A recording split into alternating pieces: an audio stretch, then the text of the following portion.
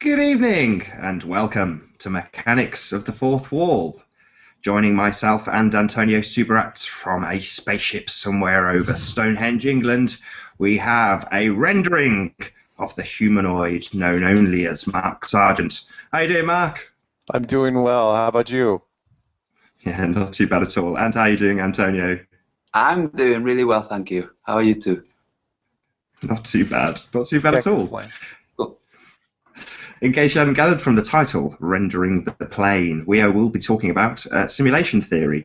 And Mark is obviously the best man for this topic by far. So maybe, Mark, you can start off for any of the uninitiated audience members who don't actually know what we mean when we say the words simulation theory, what that actually means.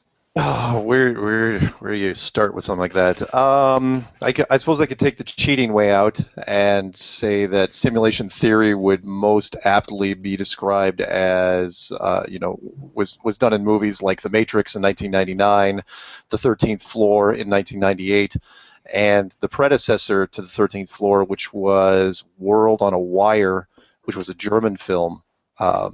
Done in the 1970s, I believe, 1975, as a matter of fact, which was, most people think the 13th Floor was an original movie, but it wasn't. It was actually a remake of World on a Wire, which is, are we living in some sort of, and we can only really explain this now, are we living in some sort of simulation that was built by somebody else? We all know that when we drill down to, beyond the cells, we can get to molecules, and then what are the molecules made up? Or if we're made up of energy, which we are, then was that energy manipulated to the point where reality is what was programmed into us? And not to get too philosophical, but the holographic universe, and are we living in a simulation? You try to describe it to somebody 40 years ago, you can't even do it. We can only really get a handle on it now because we've been doing it for a while. The game theory, the guy that I interviewed, which I'll talk about a little bit later, recently, we've only been really digging into the game theory stuff for the last 15 years. And we can build simulations. If you saw that video I just put out recently, how to fake the world with animation, that was done 6 years ago. And that was about as convincing a world as I've ever seen, in real time, where you could go all the way down to the terrain. And when you pulled out, you could intersplice it with stuff that NASA has released, and it's more convincing than NASA.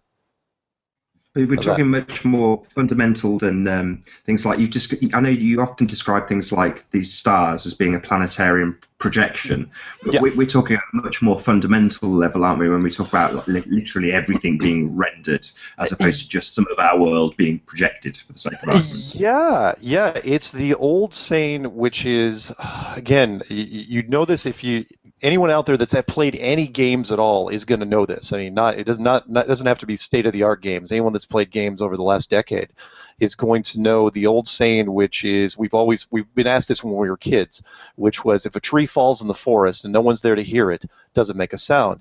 And only now do we know the answer to that question. It is, well, probably not, because the tree was never there to begin with. It was never rendered yet to save resources. The double slit experiment, and I won't go into that too much right this second, but the double slit experiment, which I think is the creepiest thing in physics, and I think it's the closest thing to magic we have out there, and physicists just think, oh yeah, it's fine. No, it's no problem. Double slit experiment, that's not strange at all. The fact that matter doesn't actually materialize, become cohesive unless somebody's watching it, that's just creepy. And they have no problem with that. It's like, oh yeah, it's a wave, it's a particle, it's both. That's no big deal. What are you talking about? That means if you close the door in a room, that room may not actually exist. Depending on where who you are. If there's nobody in there to realize it, to observe it, then it's not there. So yeah, that's what we're talking about here.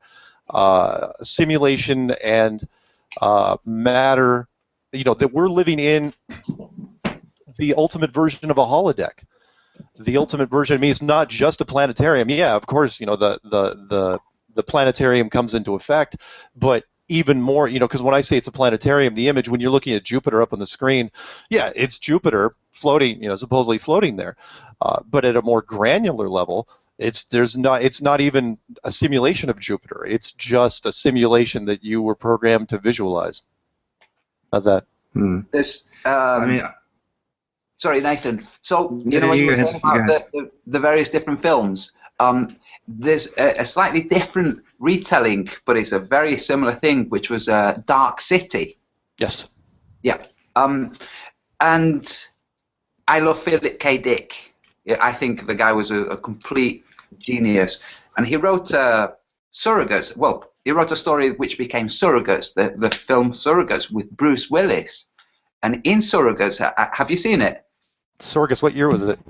I don't know. That's okay. I'll look it up real fast while Yeah. you're talking. Yeah. So Surrogates. For anybody who's not seen the film, I'm going to completely ruin it now. So you have these characters who are engaged in a story, and halfway through the film, it brings you to the equivalent to the Matrix, where you see Neo in the pod. Okay. But instead of being pods and instead of being electrical batteries, these beings, the human beings who have a dedicated room, as it were, like a wardrobe or a cupboard, where they have everything they need, and they're immersed in a world where they play an avatar. So in the real world, they're really pasty. They come out from time to time. There might be a delivery they have to take. So the world suspends. The game that they're in is paused, and there's somebody at the door. They have to deal with something, and then they go back into the simulation. So I think as a way of expressing an idea, Philip K. Dick was doing a really good job of expressing the idea of the future having a simulation theory. Yeah, and you're right. I remember this movie, Surrogates. I misunderstood your pronunciation of it.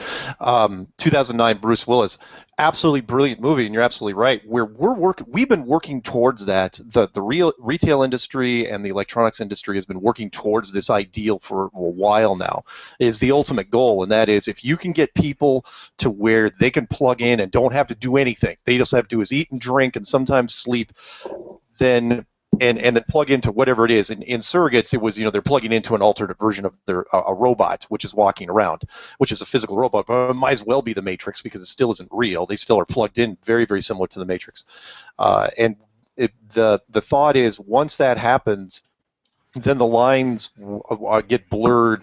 Kind of like the 13th Floor, where the 13th Floor movie was a simulation within a simulation. That we got to the point where we were creating a virtual world, and it was when they created that virtual world that allowed them to figure out that they were in a virtual world themselves. And that's where that's what we've been kind of moving towards now. I just don't know if whoever built this place is going to allow that to happen, because it really confuses things. It's kind of like if we built the ultimate, planetarium or a holodeck. Once you build the holodeck, and I'm not knocking Star Trek Next Generation. I think it was a great series and everything, but the holodeck thing was used as a crutch too many times in that show, because it was way open-ended what you could do with that thing, to the point where you had Professor Moriarty and that whole plot line. I know the writers had to work with something, but once you create the holodeck, they're kidding themselves. I mean, that's all anyone would do. That holodeck would be booked solid, nonstop. You're telling me, the people that are on this starship, there would be a waiting line to get into the holodeck, and all the time it was like, oh yeah, people just schedule. Oh, I think I'll use the holodeck for a while. There's nobody using it. Talking about that's all anyone would care about, because they could create their own reality, and that's what we're gunning for. That's what we've always wanted. To play God. In Star Trek Next Generation, they have the Q, don't they? Mm-hmm. And the Q, in a kind of round, they're very vague, because they're so superior that they don't have to bother going into the detail of explaining their existence and their role in existence. But it's pretty much they are the guys that run the show. So that could be the way I see them. It's a little bit like the dungeon master in Dungeons and Dragons, the guy who can intercede at any point, change the rules, change whatever. So the thing that gives me the biggest question in my mind is, okay, so if this is a simulation, it's non-real, non-physical. it has the illusion, or it has all the qualities necessary to render physicality and the impression of physicality for entities to engage with, those entities being a level of existence in terms of consciousness, but in an ineffable consciousness, only an experiential thing that has no real form and can only find form through the rendered game. So my biggest question is, at some point there must be physicality, as in the database on which the binary data is input to cause the rendering.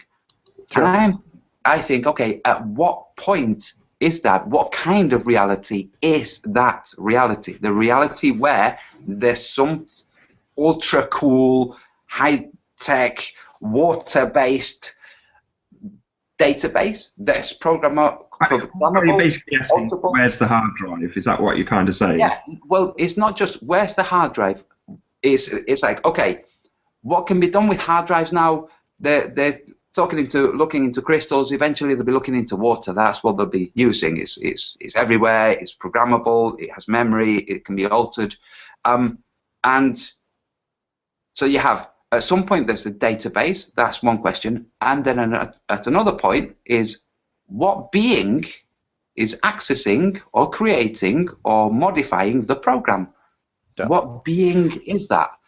And is that the situation where we have a fractal universe where if you could look up, if you... Yeah. The big questions kind of thing. Yeah. Then you're getting into the and I try not to dig, I try not to get into the Russian stacking doll argument too much, because then it turns into the end of the first Men in Black movie, where the entire galaxy becomes a marble in some giant alien's, marble bag. But yeah. Or a locker. We're just behind some locker door. Yeah. Yeah. All right.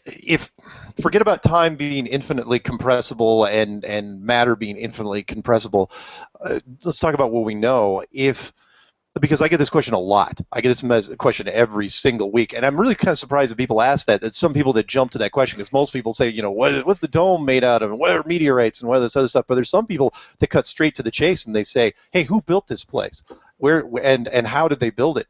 And I like, there's only two ways you could go with it, which is it was either built by an advanced race that was let me give me the saying that I love so much. Either God built it or God subcontracted it out.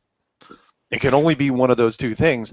And whether you're talking about a super advanced race that flies around in a giant golden spaceship and doesn't even have to really fly, it just teleports places, or a big white overweight guy in a bathrobe with a big beard, take your pick. I mean, really, it's just how you define a higher power.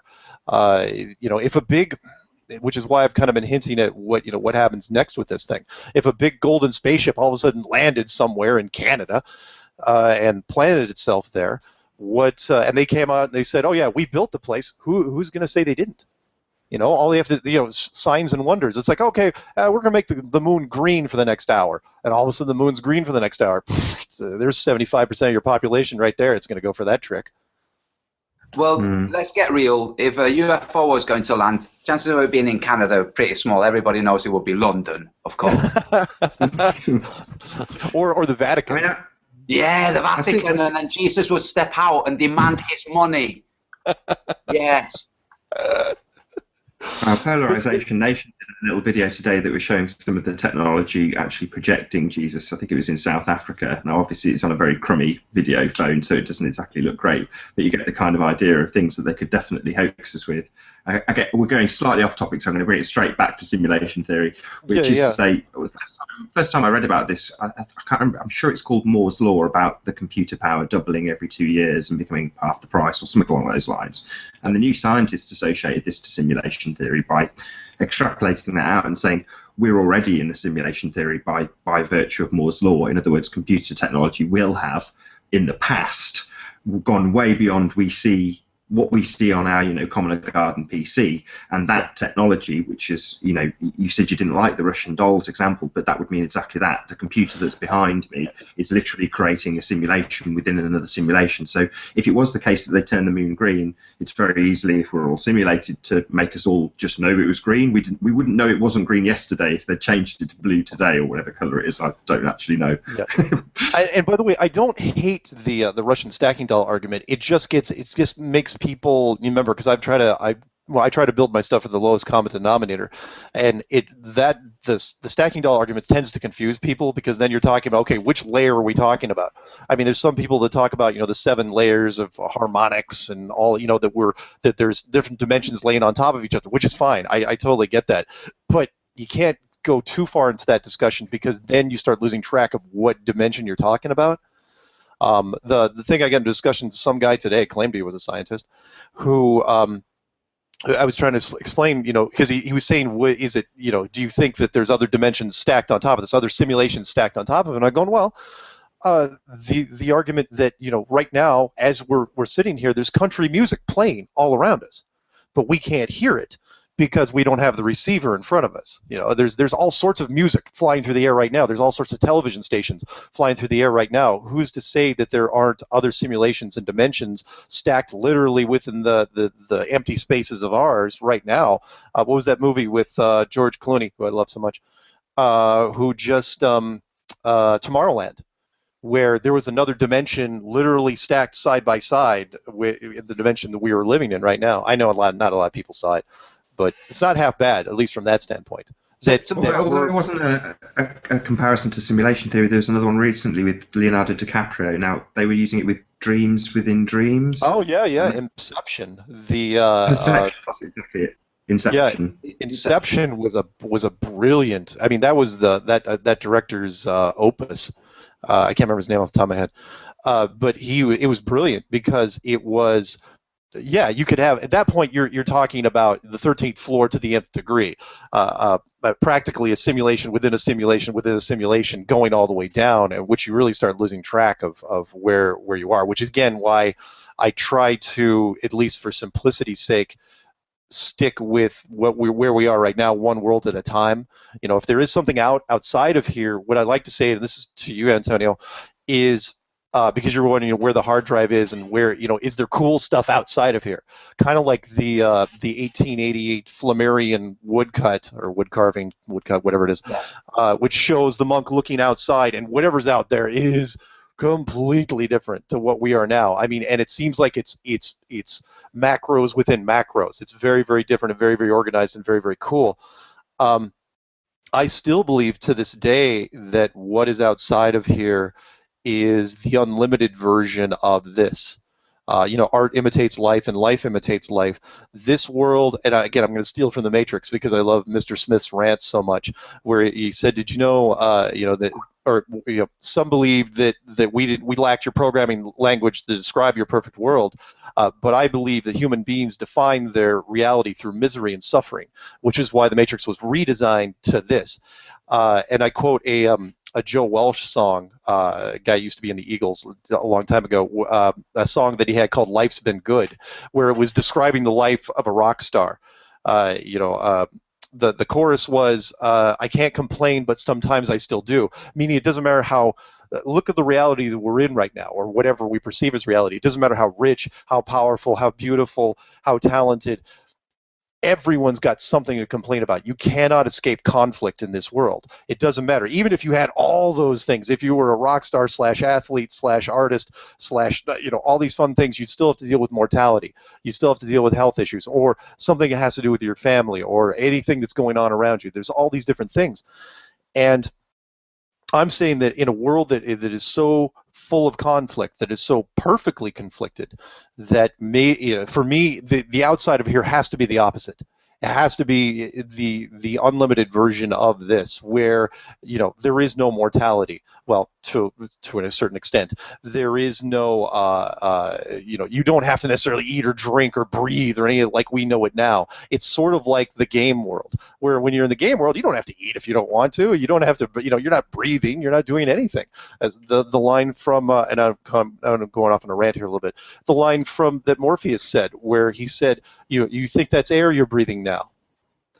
And then once he realized it wasn't, he stopped breathing, more or less. They didn't really go into it too much, but that's what I think is outside of here is the unlimited version of this, because it's perfect. Inside here is perfect conflict.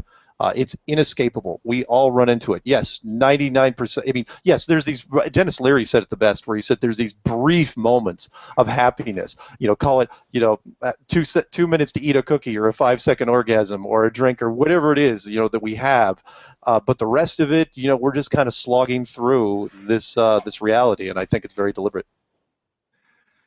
Yeah, I mean, sometimes when you hear these things, I always think that there's some nefarious power that should not be, that's at the top of that chain, that's controlling it all through media spin. But then you try and find that power that should not be, and you come to somebody that's credited as being some sort of puppet of some description. So, it's nice to extrapolate along those lines. But you said something quite interesting, which again brings me back to what Antonio described as a heliocentric entanglement, which was macros within macros. So as soon as you said that, I picture how it literally sounds. So what we see at the microscopic level being very similar to what they present us in space on the macroscopic level.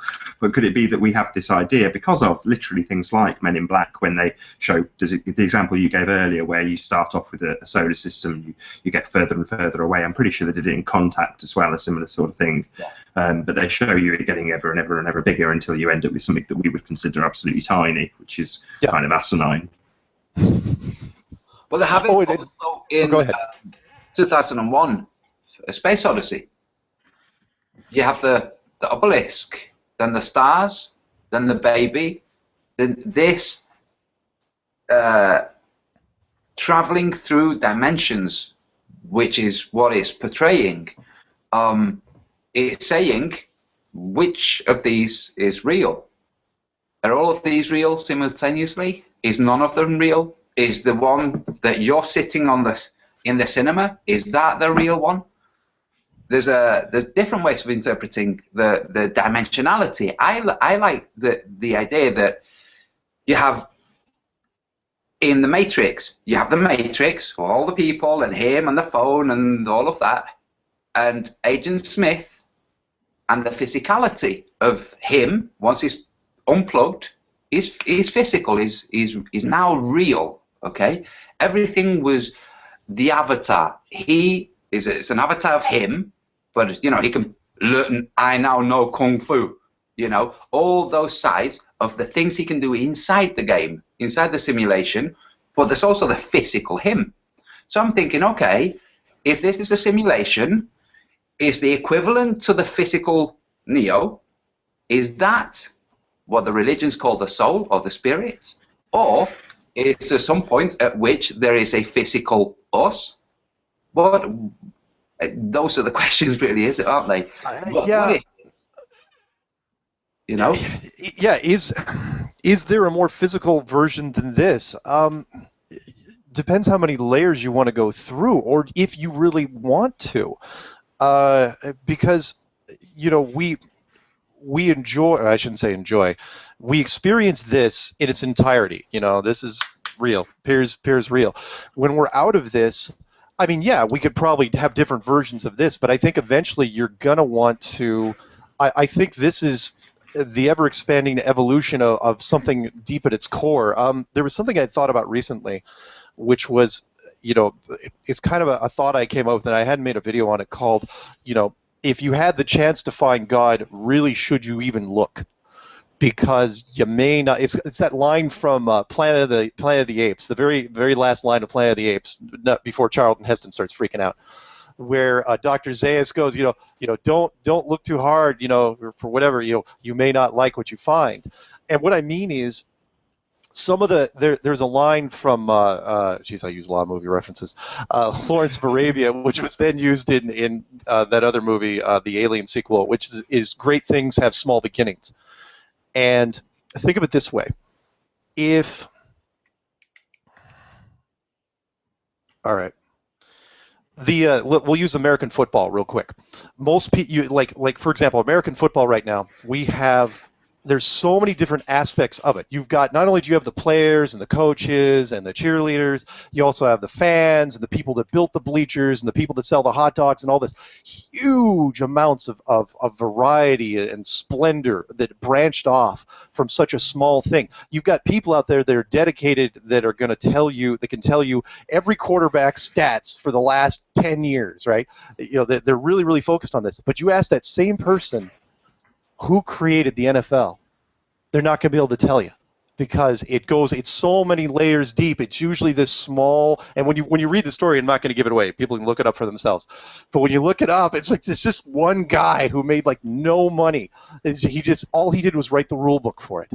That's all he did. He said, you know what? This is a game. Here's how it's going to be played. Here's the basic rule book for it. Go. And it just kept expanding and expanding and expanding. So if you're asking if there's a physicality at like the highest level, I don't know.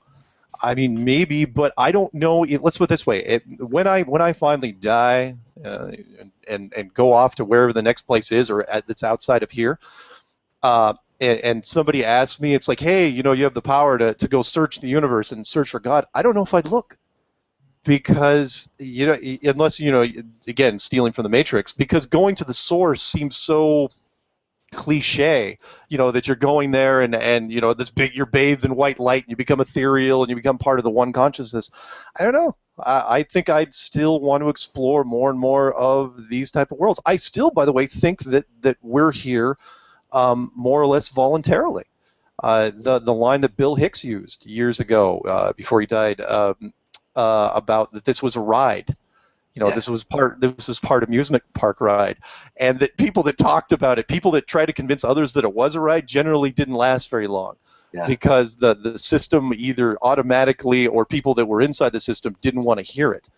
I've said on several things where imagine if, like for a ride, for example, here's the difference between a normal ride and what this could possibly be. Anyone's ever been on a roller coaster? It doesn't matter where you are. If it's Disneyland or Disney World or wherever, you know, you go on a roller coaster, it's kind of scary, but you know you're on a track. You've maybe been on the roller coaster a few times, every twist and turn, you know, it's like, yeah, it's kind of fun, but, you know, you're more worried about some guy throwing up next to you.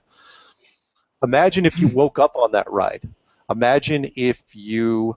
all of a sudden, you know, you were given temporary amnesia and you don't know how you got there. Kind of like the movie Memento, where you woke up and you had no idea what was going on. That ride takes on a whole different. Then that ride literally becomes life and death. Every turn, you think you're in peril. Everything that's happening. And Bill Hicks, that's what his big thing was. It's like, you got to remember, you're probably on a ride. You know, he was convinced of it. I know. I don't think it's just a ride. And I don't mean like a roller coaster ride. I mean like one of those stupid haunted house rides where, you know, it's super slow or you're on tracks and doors open and things pop out and scare you. But that's, you know, I think that's part of what we are. I think it's part ride, part planetarium, part terrarium, part school. You know, even though there's not a lot of people, I don't think it's completely entertainment though by any stretch. Sorry, I go off on these tangents, but people, you know, I think it's really one of three things, and that is either entertainment, education, or confinement, or a combination of one of those three things. Well, it can't be solely entertainment because most people aren't really having a lot of fun. Sorry, I'm lost. Are you saying that what we are experiencing is entertainment for a third party? No. No, but that's an interesting thought. Like training, like, so if part of it was training, you know, like an academy for developing skills or for achieving things. So there would be like the educational aspect, the entertainment aspect. Yeah. You know, so for each individual, you know, person. Yeah, nothing's wasted here. I can tell that. I mean, yeah, there may be some education. In fact, South Park, I've still got to download that episode and show a clip of it on my thing. I'll probably get copyrighted for it. Where they did an episode called, literally the episode was called Earth Canceled, which there was that Earth, even though it was a ball, was just this giant reality show for everybody else outside. And Yes, we're, they want to make way for a highway or something, so they're just like, this show isn't doing very well. We've decided to put a freeway here anyway, so you're just going to get demolished. that was from Hitchhiker's Guide to the Galaxy, that part of it. But yeah, all right, I'm mixing up those two. Actually. You're mixing, but that's okay. No, Hitchhiker's Guide did the same sort of thing, and that was we were just this stupid planet on the way of in the middle of the galaxy. But South Park treated it like a reality show, and finally the ratings were slipping enough that they wanted to blow it up, and of course the kids had to save it. But it was very enlightening, that little episode. Do you remember how they saved the show? I think I remember this. They capture the two. They're portrayed as being Jewish aliens. Yeah. And they end up in bed together, and they get a Polaroid of one of them sucking on the other one's shoulder, which is apparently its sexual organs. Yeah. So they just hold the Polaroid to them and like blackmail them into keeping the reality show that is Earth running with this. I do not know how they got away with that, because the portrayal of those two producers were so horrible. It was just horrible, yeah. It was tough to watch. I was going, yikes! It's like, really, don't you have like producers that? And they were going, hey, for ratings, we'll do it anyway. And that's what I thought you were going to say when you said, when you go to the afterlife and you get the possibility of going and seeking God or the creator or the programmer. Would you? I thought you were going to say, what if I find him or her and they're in a compromising situation? Oh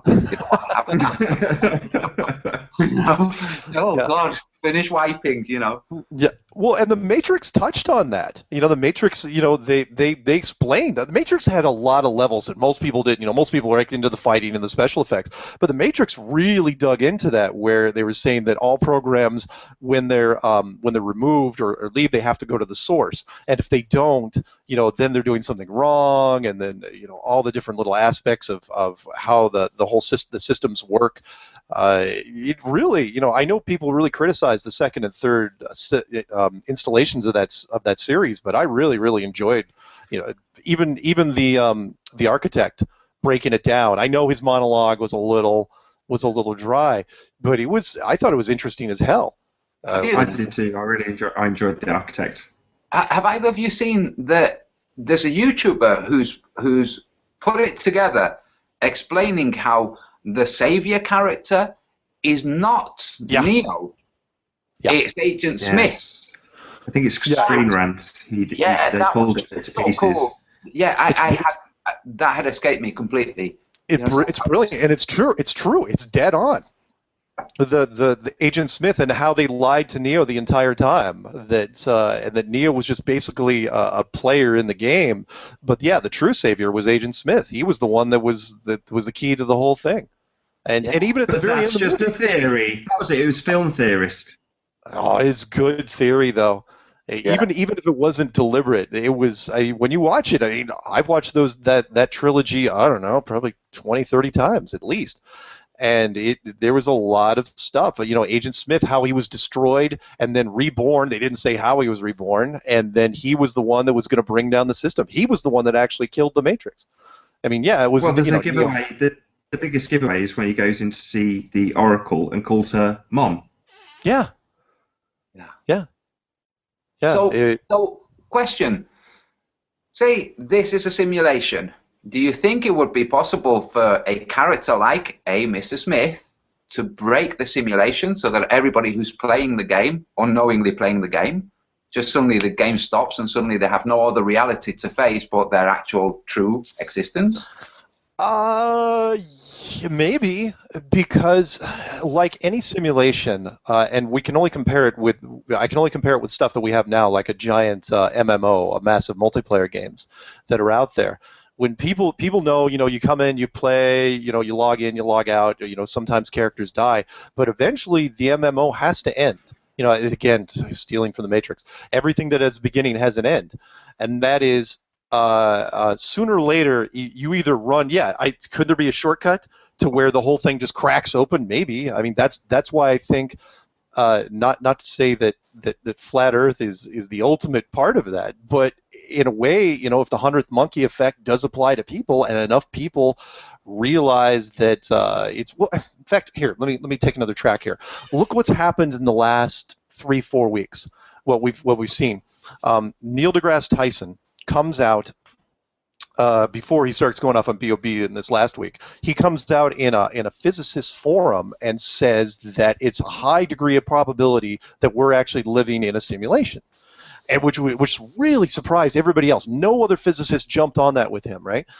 And then a few days later, Elon Musk, not that he should have an opinion on anything, the man is a frickin' bridge troll. I mean, I don't know why they allow him on camera.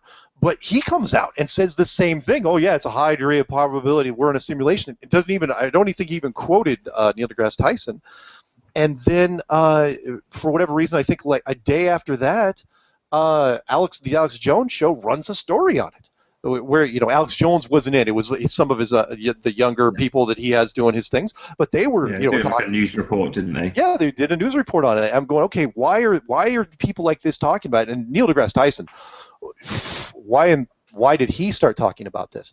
Because here's a guy that's made, he's the face of science, the face of space, the face of NASA, pretty much. Runs a planetarium, and he's going to come on to a physicist panel saying, "Oh yeah, by the way, it's probably all fake anyway."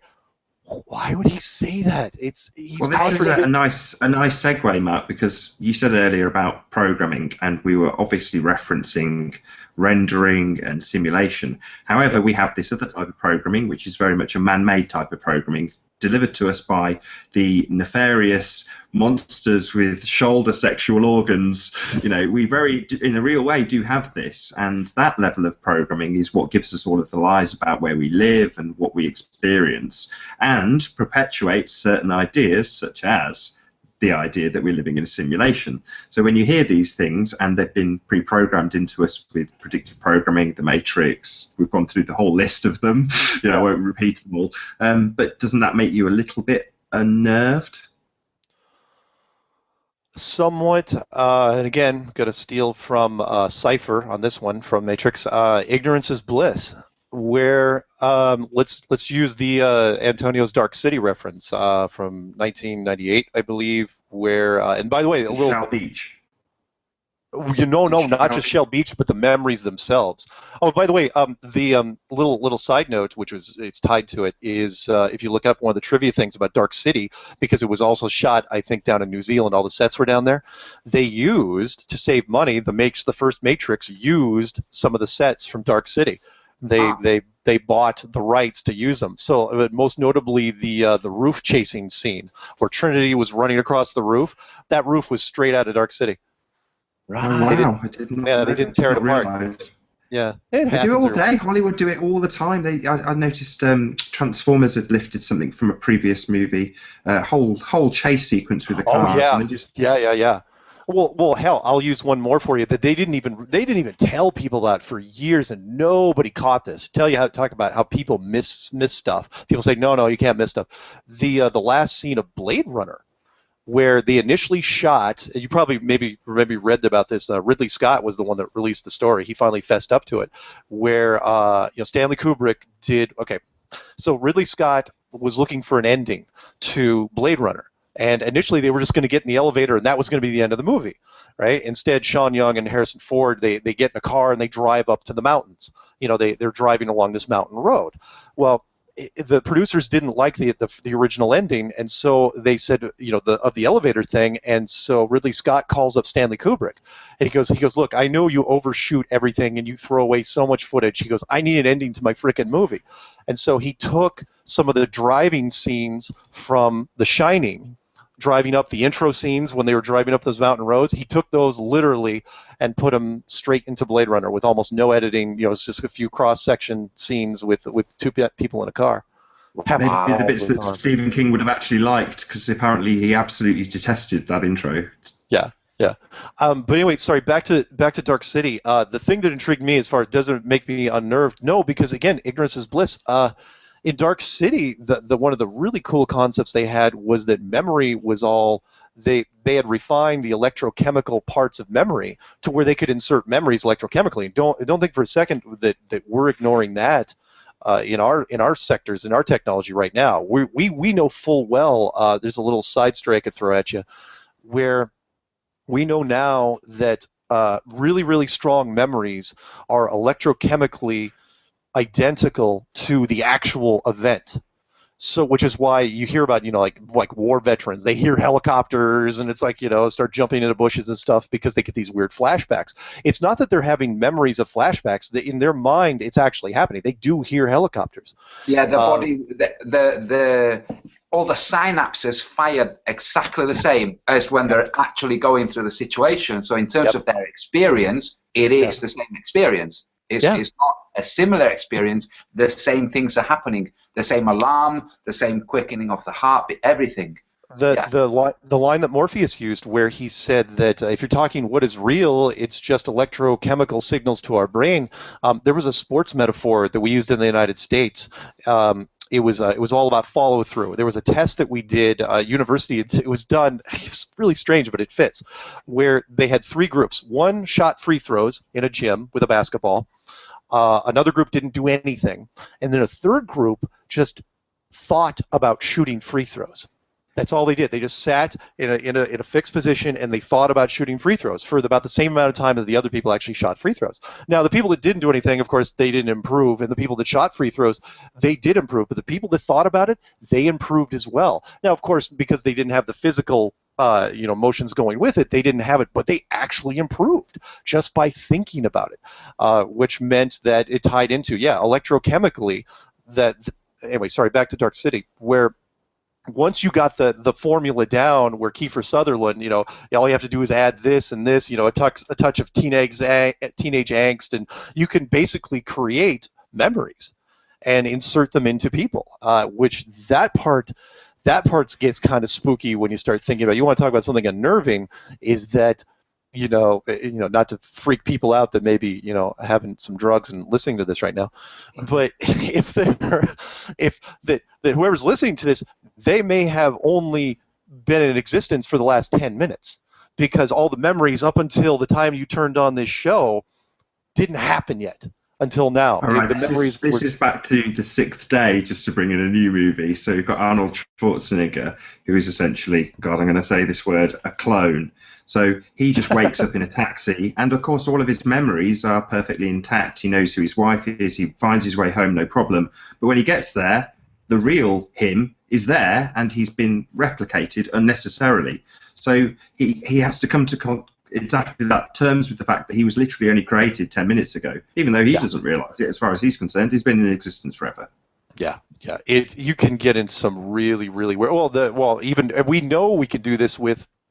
Well, okay, we're getting close to where we can do this with machines. Look at the Sean Young reference from Blade Runner, where she had this entire backstory, and it was one of the coolest moments in that movie, where Harrison Ford pulls off the creator, the guy that built her, and he goes, "She doesn't know."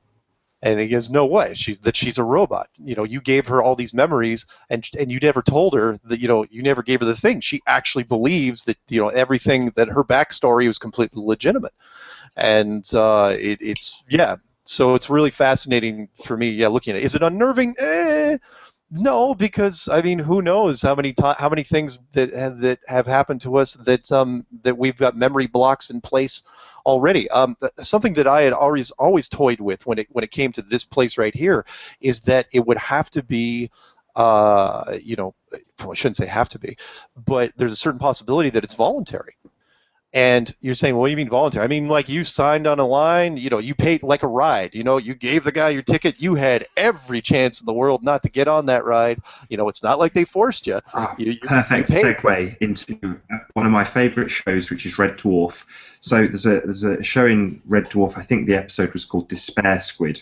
Now, the plot of just to keep it brief, they're in an attack. They're in their ship, but they're in an underwater planet, and they get attacked by this squid who covers them in ink and kills them. But then they wake up to the words "game over." They step out of these 4 pods and realise that they're not the people that they thought they were. I remember that episode. Yeah, and they were all horrible versions of themselves. And they were so really Dwayne Dibley with buck teeth instead of being the cat who's all well trimmed and looks really cool. He's got these big buck teeth and an anorak covered in piss, and stinks. He's a tramp.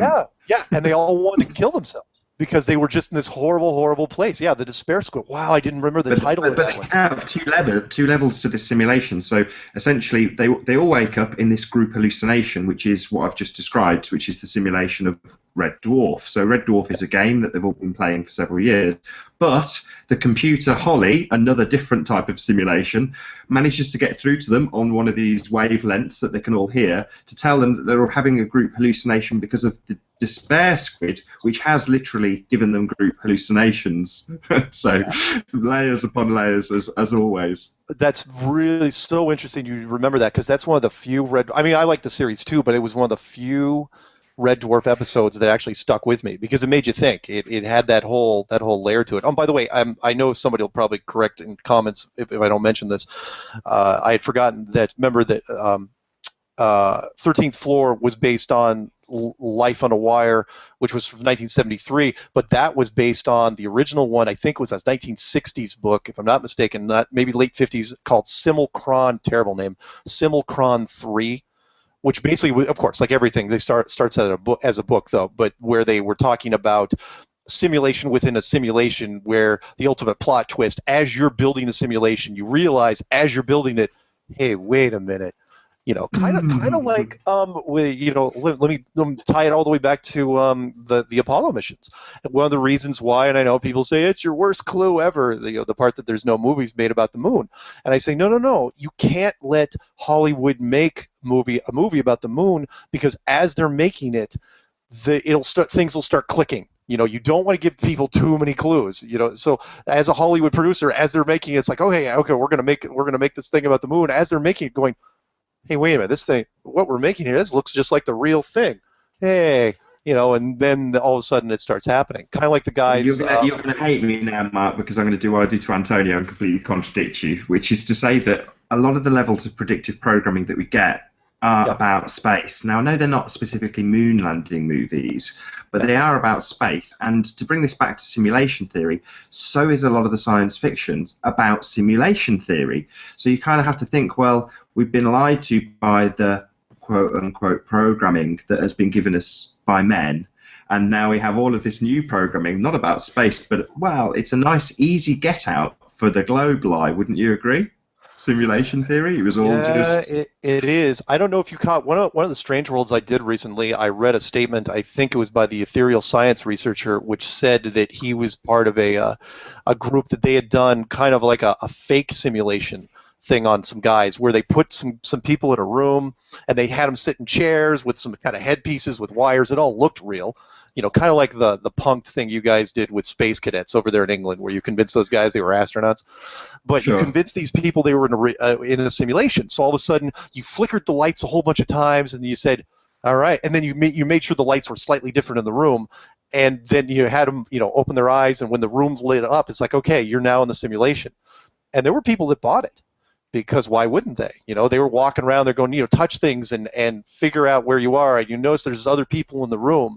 And at first, people were, they weren't buying it. But after a while, they were starting to get into it. It's the power of suggestion. I mean, you touched on this earlier when you talked about, I think you used a basketball example, but this is actually a very real principle that they do use in sports. So a nice example that I can give, because I've literally seen it happen, was with the bobsleds. So they will literally visualize the way the course runs and run through in their mind, and they'll physically do it like I'm moving now, but with their eyes closed, visualizing the course so that they can perform better when they go down it. So these are sort of natural things that won't necessarily be manipulated, but can be taken advantage of just by the way we wire our cognition. So it's basically making neural connections that aren't necessarily there prior to you doing something. So in terms of the basketball example, they're not throwing the ball, but they are making the neural connections before they actually pick up the ball and throw it. Yeah. I looked at. I used to be a carer, and one of the people I looked after had a brain injury, which was the equivalent to. I won't give any details because it wouldn't be fair, but it was the equivalent to a botched lobotomy, if you imagine that. Okay, a severe direct brain injury where he lost all ability to move. But it left his memory intact, and he remembered moving, and he could hear, and he was told, get used to this, this is the rest of your life. He didn't believe this, okay?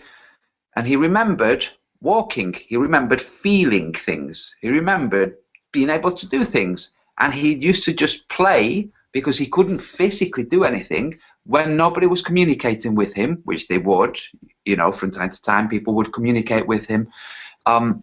He would play with his memories. He would remember, he would replay memories, and he would remember those memories, the areas of the body that engaged with those memories, and basically he shifted, his brain didn't heal in terms of, you know, where you have actual damage and you have separation in the brain, okay?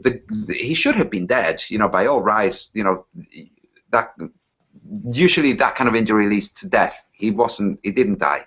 But instead of creating dendroids or synapses swinging back to reconnect with connectors that were previously part of the makeup, his brain shifted the ability to move and feel and sense. The locality where those things are accessed naturally in the brain was shifted to a part of the brain that was intact and basically accommodated there. And I would take him out, you know, on socialization. He was perfect, really nice guy, you know, spoke fine, totally fine. You would not know what had happened to him. And I would say part of his therapy was going for big walks, long walks, so that he could basically walk, you know, not just stay around the house kind of thing. So what you're saying in terms of your cognitive processing and the ability that creates, it also has a physicality. It can create a physical component that accommodates the illusion. So you've got the illusion of actually walking, you know, and you're completely disabled. And that by engaging with that over and over and over, you can actually mesh, create something that accommodates that to the point where you can actually engage with the world in the way you've been imagining. So, and this has happened before. It has happened several times with people. There's a famous person, I forget his name now. Richard Hall wrote a book about him, the comedian, American comedian, about a guy who was inspecting open cast mining and a rod. So they drill into the ground, they put a rod, and they put dynamite at the bottom, and somebody fired this, and it shot right through his cheekbone, right through his brain. But he's still alive. You know, the guy continued to be alive and writing to his wife and whatnot, you know. So where sometimes the world presents something that's absolutely 100%, the end result of this is definitely 100% X. And along comes somebody that demonstrates that that's not actually true. You know, this is also available. You know, so we have the programming that you're saying, Nathan, saying, oh look, it's simulation theory. That's the scapegoat. As long as they can say, look, as long as we rendered a good enough impression that we went to the moon, that's all that was necessary. Now, you know, maybe it's flat. Doesn't matter. Later it might be a cube. We might change it at some other point. As long as they can do that and have enough stopgap explanations, that's fine. So that could be. Well, I'm going to bring you on because we've talked nicely of simulation theory. So this is a retelling of an age-old story which we've gone through on about half a dozen or more movies, probably a dozen movies. But it's a retelling of the skeptical argument. Maybe that's something you can summarise quickly now, so we can go through the negative sides of why possibly it isn't a simulation. Yeah, the skeptical argument is basically a philosophical thought experiment. That the Matrix is the foundation of the Matrix. You know, for all we know, we might be just dreams that are being had by a brain that's, you know, just kept alive in a vat, or by a genie. A genie might be having a dream that has all these different characters, one of which is me sitting here with this, and Mark and Nathan and all the people listening, the whole world, all of which could be just the imagination of one mind. That's a skeptical argument, which is used to basically it's their get-out clause, which is you can't say for sure that fire burns because for all you know, you're in a dream. and that fire isn't real, and your burn is also not real, and you aren't real, and neither am I. So that's a foundation for the skeptical argument. It's called the skeptical argument in philosophy. Then it's just basically it's that. It's a way of saying, well, you can't say for sure because we could all just be dreams. And there's an element to the simulation theory which is also that, which says you can't be sure because we might just be playing a game where everything seems real, but it's just a game being played by us. That's it. Well, in that game, Mark, we have something that I know we've spoken about at least once before, which was NPCs or non-player characters. Could you give us a bit of an idea what that means, first and foremost, in the game context? NPCs, I don't know whether I should call them positive or negative because they absolutely are necessary. As games became more and more advanced, they realized that people needed to get things done and meet with people that could, kind of like characters in a story that were always there. You meet somebody in a bar and he gives you a note and the note says something. Well, that person, that's a really boring character to play if you're going to be actually in the game. Nobody wants to be that guy sitting in the bar. So NPCs were created, non-player characters, as placeholders instead of routine clues that were running, things that were on the ground or things up on a wall or something like that. People that actually walk around. They play, if I'm not mistaken, they play signposts. That's basically the role they play in a game. Pretty much, but they're disguised as average everyday citizens that walk around a city. And as the games got more and more advanced, they realized it's like, you know what? Let's just outfit the city with a full working population, more or less. People that are, the person that works in the laundromat that takes your ticket and gives you your shirt back. That's been there for 40 years. That person, and you might be able to engage in conversation with them. That person doesn't have to be a player. It's most likely going to be an NPC.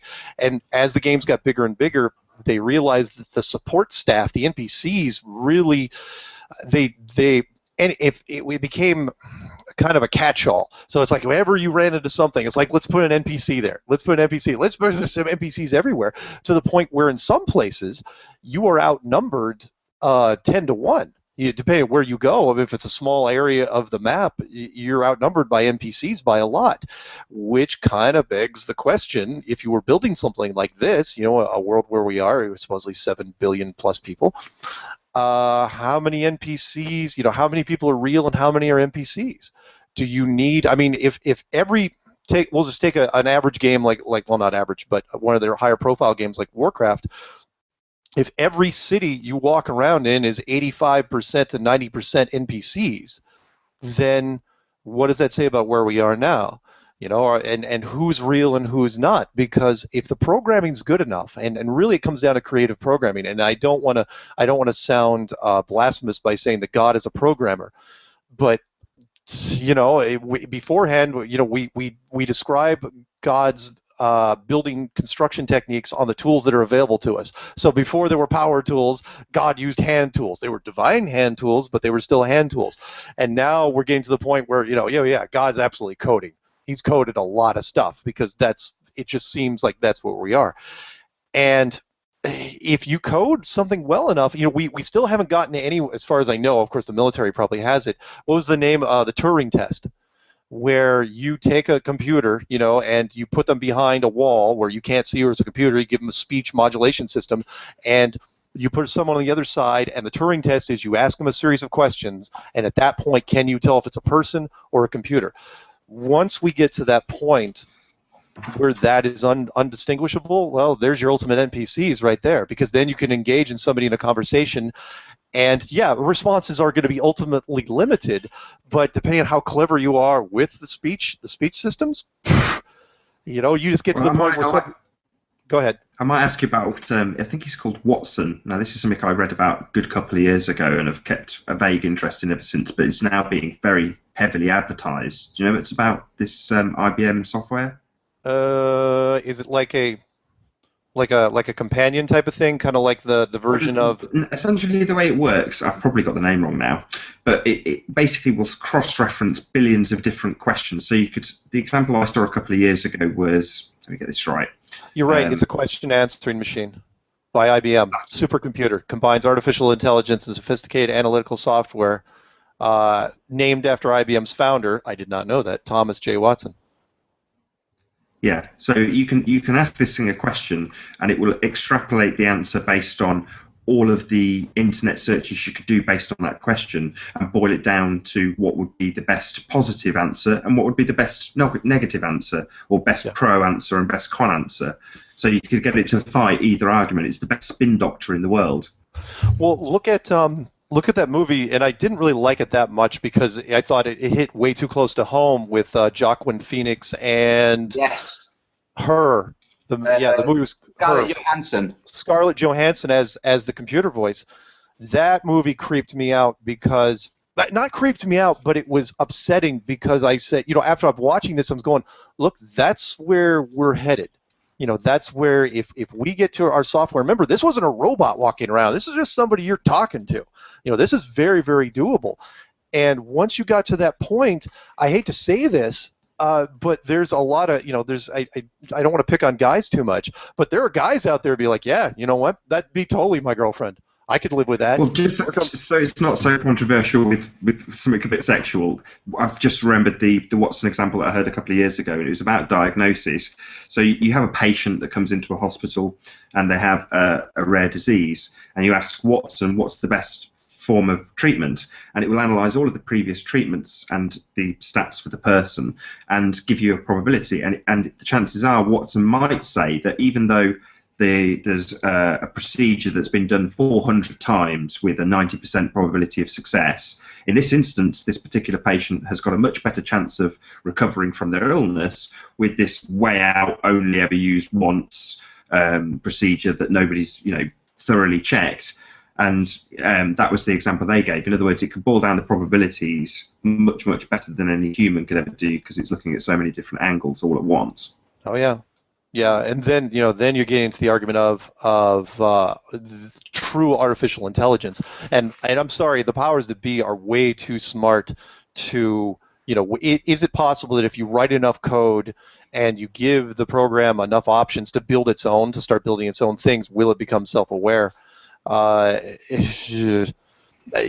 that point, you want reference to Skynet of Terminator. Well, not just Skynet. There were movies before Skynet that talked about this. Where, in fact, there was a late '70s movie, if I'm not mistaken, where the computer was basically making choices and having people assassinated, and saying, look, that leader, there's a high such and such probability that leader will not be compatible to the ultimate goal. Once the computer figured out that it could run the world, again, how many references? I'll give you the one that most people remember, that is Tron. The master control program from the original Tron, which was you could tell by the end of the movie, even though it was a Disney movie, it started to take a dark turn where the MC program was getting into military and politics because he said, I could run the world something like 1,400 times better than you can run it now. And once a computer figures out, rip-off, the profile takes over in South Park. They make it akin to Facebook, but his Facebook profile takes over. Yeah. There was also, what was it called? The Lawnmower Man. Do you remember that film? So the Lawnmower Man is a guy who has very low intellect, and thanks to somebody who's very capable, he advances his intellect to the point where being human isn't good enough, and he realizes he can figure out how to transport his energy consciousness element of his existence into the framework of electrical circuits in the whole world to do with all communications, and says, you'll know when I've done it when all phones, I will ring all the phones. So, and then all the phones start ringing. So it's kind of like that, but backwards. Instead of it being a human uploading his consciousness, there could be a case that it goes the other way around. A very sophisticated software program is developed to the point where, when bringing it back to the sex thing, where you've got very sophisticated, perfect human clone type robots that have no human tissue, everything is totally artificial, like Blade Runner, with that level of consciousness. So if you add I forget the name with Joaquin Phoenix and Scarlett Johansson, but that film. Do you remember the film? Yeah, it was called Her. H-E-R. Her, yes, of course. Yes. So if it ever gets to the point where that's the level of sophistication, of this consciousness, this artificial intelligence which becomes conscious. And then this artificial intelligence has the access to a robot with a database that can be through Wi-Fi continuously accessing and updating its software, basically. Yeah. Then we arrive at Battlestar Galactica, which is the realization that humans were basically this kind of pesky thing that tried to switch everything off when they realized that they created something that was superior to them. And, you know, there's the battle, and there's Battlestar Galactica. Yeah, good reference. I had forgotten about Battlestar Galactica. That the whole thing, yeah, everyone knew it was us against the Cylons, but people forget that it was a big thing about artificial intelligence. Look at and by the way, Lawnmower Man, and then look at the movie that ripped off Lawnmower Man at the end was Lucy. Yes. Lucy took drugs, became super smart. What did she do at the very end? She uploaded herself into the network. And I actually, until you had mentioned that, I had forgotten. I was like, why does it seem so familiar? And now I know it was an 80s movie with what's his face that's no longer acting. Yeah, I forget. I know I've done this once already, but I've got to bring it back to this subject. So we've got all of these references to simulation theory right the way back, and they run parallel with all of the references to space. Now, I think we'll all concur on this panel that we think that our representation of space is totally askew. Would we all agree just before we go further? Yeah. Oh, yeah. Yeah. So with all of these ideas that are given to us through, you know, rags like The New Scientist and through our media manipulation, doesn't it kind of make sense that this is just going to be another structure used against us to deceive? Well, if I can jump in here, there's also an extra element in the conspiracy world. There's a guy called Edward Meyer, or Billy Meyer, a UFO guy in Switzerland. He has a following which is headed by a guy called Michael Horn. Now, what the story is, you have these beings that are traveling to the Earth from the Pleiades. And they're explaining various different things. They have a capability to travel around in space. They can say what's going to happen in the future. Strangely, he's made certain predictions that are, you know, that have come to be correct, and published them physically, not just online, but he's published physical books with these predictions, and later they come. Okay, so this Michael Horn is explaining that one of the problems that the Pleiadians are saying to the humans, which is something to be alarmed about, which links into Bill Gates and the whole Agenda 21, is that there are too many humans being born for the number of souls available for them, or for the number of characters able to play them, the number of consciousnesses able to play characters. So it goes back to what you were saying about the non-player characters. They're saying there's a hell of a lot of humans being born that don't have a soul. And that's an organic way of expressing exactly the same. There's a lot of non-player characters being rendered. It's the same thing, but from the conspiracy world, because now simulation theory, which started, like, this is, I think Nathan wants to take it to the cons. So we've looked at the pros, the elements that are kind of cool and interesting. And let's look at the cons. And I can see by his smile that he's like, yeah. Some of the cons are that it went from not really considered conspiracy, the simulation hypothesis. So it wasn't a theory. It was classed as hypothesis, because a theory requires facts. And to link the double slit experiment, the fact that when they look in microscopes, it gets to the point where matter turns out to be ghost matter, that it spontaneously stops existing and other matter replaces it of a different shape, the quarks, all these elements. It's a tenuous link from that to say that these things are representative of the rendering not having been done at that layer of inspection. You know, you can inspect to this point, but from that point there's no point rendering, because it's not necessary. To a deeper point, you would literally see zeros and ones, or the fiber of the actual matrix, the mesh. So one of the elements that's negative about the simulation hypothesis is the the removal of the humanity towards each other. Like, if you go back to Bill Hicks saying, guys, it's just a ride, and people come back who remember that it's just a ride, and they say, hey, don't worry, because it's just a ride. And people hear this and kill them. They say, shut him up. This has got to be real. Look at my big bank account. Look at my family. And so how Bill Hicks was expressing it, he was saying there's an element of fear to the game, the dream, or the reality, the life. Let's call all varieties, let's call them just life. It could be a game called life, it could be a dream called life. There's an element of fear. And he was explaining, look, the element of fear that we have is something that's injected in continuously through propaganda, through media, through all kinds of things. So in fact, everything that's aimed at the public has elements of fear because fear sells. And he was saying, if you detach yourself from if you remove yourself from the avenue where fear programming can access you, your consciousness, then you live a life without fear.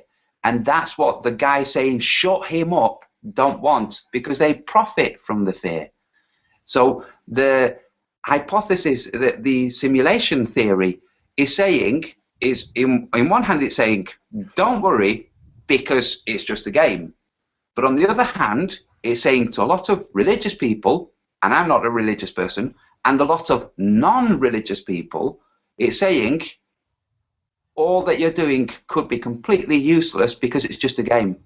And that itself is a much more profound level of fear, which is the opposite of what Bill Hicks was saying. It's like, dude, forget what layer of fear, forget what type of fear, what quality. It's fear itself that you need to realize it's just an illusion, because we're all here only temporarily, and the get out clause, the final rescue is death or game over. That's a final. Well, this is what makes me think that it's exactly that. And it's just another control structure to create. You've got elements of sex in there, and you've got elements of death in there. And the element of death is akin to the globe lie. You could be wiped out at any minute by a massive asteroid. We could switch off the computer and you'd all just disappear. It's the same thing to me. If I might, there was something, because you really touched on something important there, Antonio. There is a downside to this, and that is if people know about where they are, would there be an abuse of power? And I've got several examples to give. One would be, because I worked in the video game field for a number of years, and I started out doing support for games, and so I got a lot of phone calls about games. And one of the first questions was, of course, how to install, how to get the damn thing to play. But the second most popular question I ever got was, what are the cheat codes? Because, and if anyone doesn't know what a cheat code is, it's special phrases you can type into a prompt inside the game which give you special abilities you would never had. God mode, basically. Make yourself immortal, give yourself a whole bunch of lives, make yourself super deadly. And this happened, and I had a friend, and he and I kind of used to joke philosophically about this, and these phone calls just bugged the hell out of me, because these kids would ask for the cheat codes, and the first day they'd get the game. That's how impatient they were, normally guys. And I said, and every time I got this call, I'd look at him and I'd go, this is why there are no cheat codes to the world, because if they got them, they would use them. And if you think I'm kidding, there was this interesting little story that came out back in, when The Matrix came out in 1999, that the guys that, and I don't, you got to speculate on exactly who was involved, was the government or somebody else, but the guys that did the Columbine shooting, and I was in Colorado when that happened, the big Columbine shooting, and I have no doubt that it was real. I mean, people, the kids falling out of second-story windows covered in blood, you couldn't pay a kid enough money to jump, head first out of a window like that, anyway. But the point is there was a story that came along separately, and I do believe it, where the rumor was that these kids, because The Matrix came out that summer, or came out that year, that these kids not only watched the movie, but they were told by somebody, somebody brought them aside and said, oh yeah, it's totally real. It's absolutely The Matrix, to see what these guys would do. You know, that these kids were you know, would see what they would react if you told somebody, you know, somebody young and impressionable and had access to weapons, you know, oh yeah, by the way, it's a game. What are you going to do about it? You know, what would your next plan be? And to the point where, if I'm not mistaken, and someone will have to look up the old story on it, to where the Vatican, where the Pope actually, when he had heard something along these lines, they actually screened the Matrix to see what it was about. Because remember, back in '99, that was a brand new concept. I mean, yeah, I know the 13th floor was the 13th floor of World on a Wire, but the Matrix really put it in a different a different frame, to where, hey, you know, what if you could go out and just have a whole bunch of problems? Sorry to interrupt, Mark. You do realise it's totally ripped off from Ghost in a Shell, right? What, the Matrix? Yeah. Yep. Well, yeah, but that was animated, so. Yeah. Fair enough. Well, you know what I mean. Just being movie pedantic. I'm really sorry. No. I like Ghost in the Shell. Ghost in the Shell was really, really cool, and you got a point. But again, Japanese animation. I mean, there's a lot of people that don't watch it. So, Matrix was super, super mainstream. But I'll give you one more example, and that is in the gaming world now. They have areas. I'll use the Warcraft example. I'm sorry, WoW, for those people that play, which is, there, in a lot of cities, in a lot of the major cities, there are no police.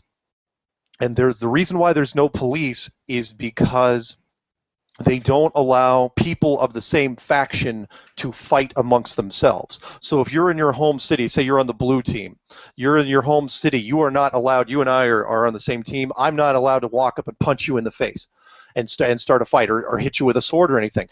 And you're thinking, yeah, so what? Well, the reason is because if they allowed that, that's all anyone would ever do. The cities would become a freaking riot zone, and people would just be coming up because they've seen this in previous games. We've learned from our mistakes in that arena. Where in real life, I've been to paintball. The what? You ever been to paintball? You ever done paintball? Paintball happens the same thing. Yeah, people will, you know, it doesn't, for whatever reason, there's a lot of people out there, NPCs or not, that just, they don't care. They don't care who they fight or who they want to stir it up with. They're just going to stir it up. And so what they did was, in WoW, was they removed the police entirely from home cities. Now in other cities, there's police everywhere. And there's still people that tempt the cops. You know, they still try to do stuff because, again, they know it's a game. They know the consequences aren't real. Now, if you made it a hardcore game, right? Here's the difference. And there are hardcore games out there. If you made it to where, if you got taken down by the police, if a policeman, you know, hit you with a sword, your character was dead for all time, and you had to start over from scratch, you bet they wouldn't, you know, then you treat it much, much more carefully, which is kind of like what we're in now. If you treat it, if all of a sudden, if you released, we're going back to the down aspect here, if you told people, a whole bunch of people, that it wasn't real, there would be a group out there that would say, and now you could say what you want. It's like, oh yeah, there's consequences and there's penalties and there's a scorecard and you can get real trouble outside of here. There's a lot of people that wouldn't care.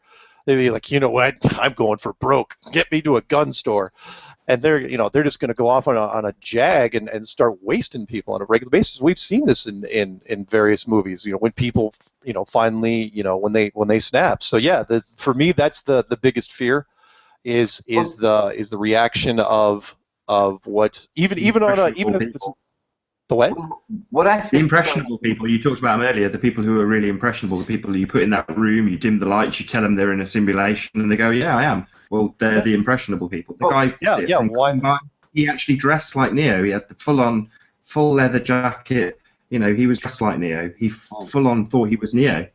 Yeah. But what I think one of the most insidious or nefarious qualities of this simulation theory is that in warfare, so whenever your nation goes to war against another nation, the propaganda gears up where the people in that other nation are not quite people. They're not quite human, you know? They're sand monkeys in the Middle East. Yeah. There's this dehumanizing aspect, and that's when one nation goes to war against another nation.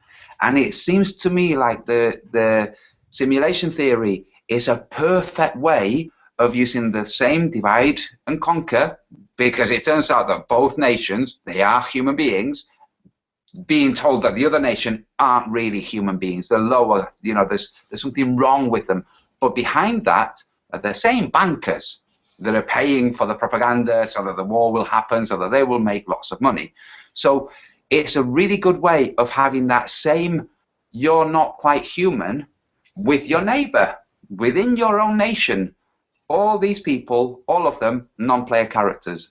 And there's no way of proving or demonstrating by in the game, a non-player character cannot demonstrate to you that he's a non-player character. It can only be your discernment, and it can't prove to you. It can't prove to you that it isn't, and you can't prove to it.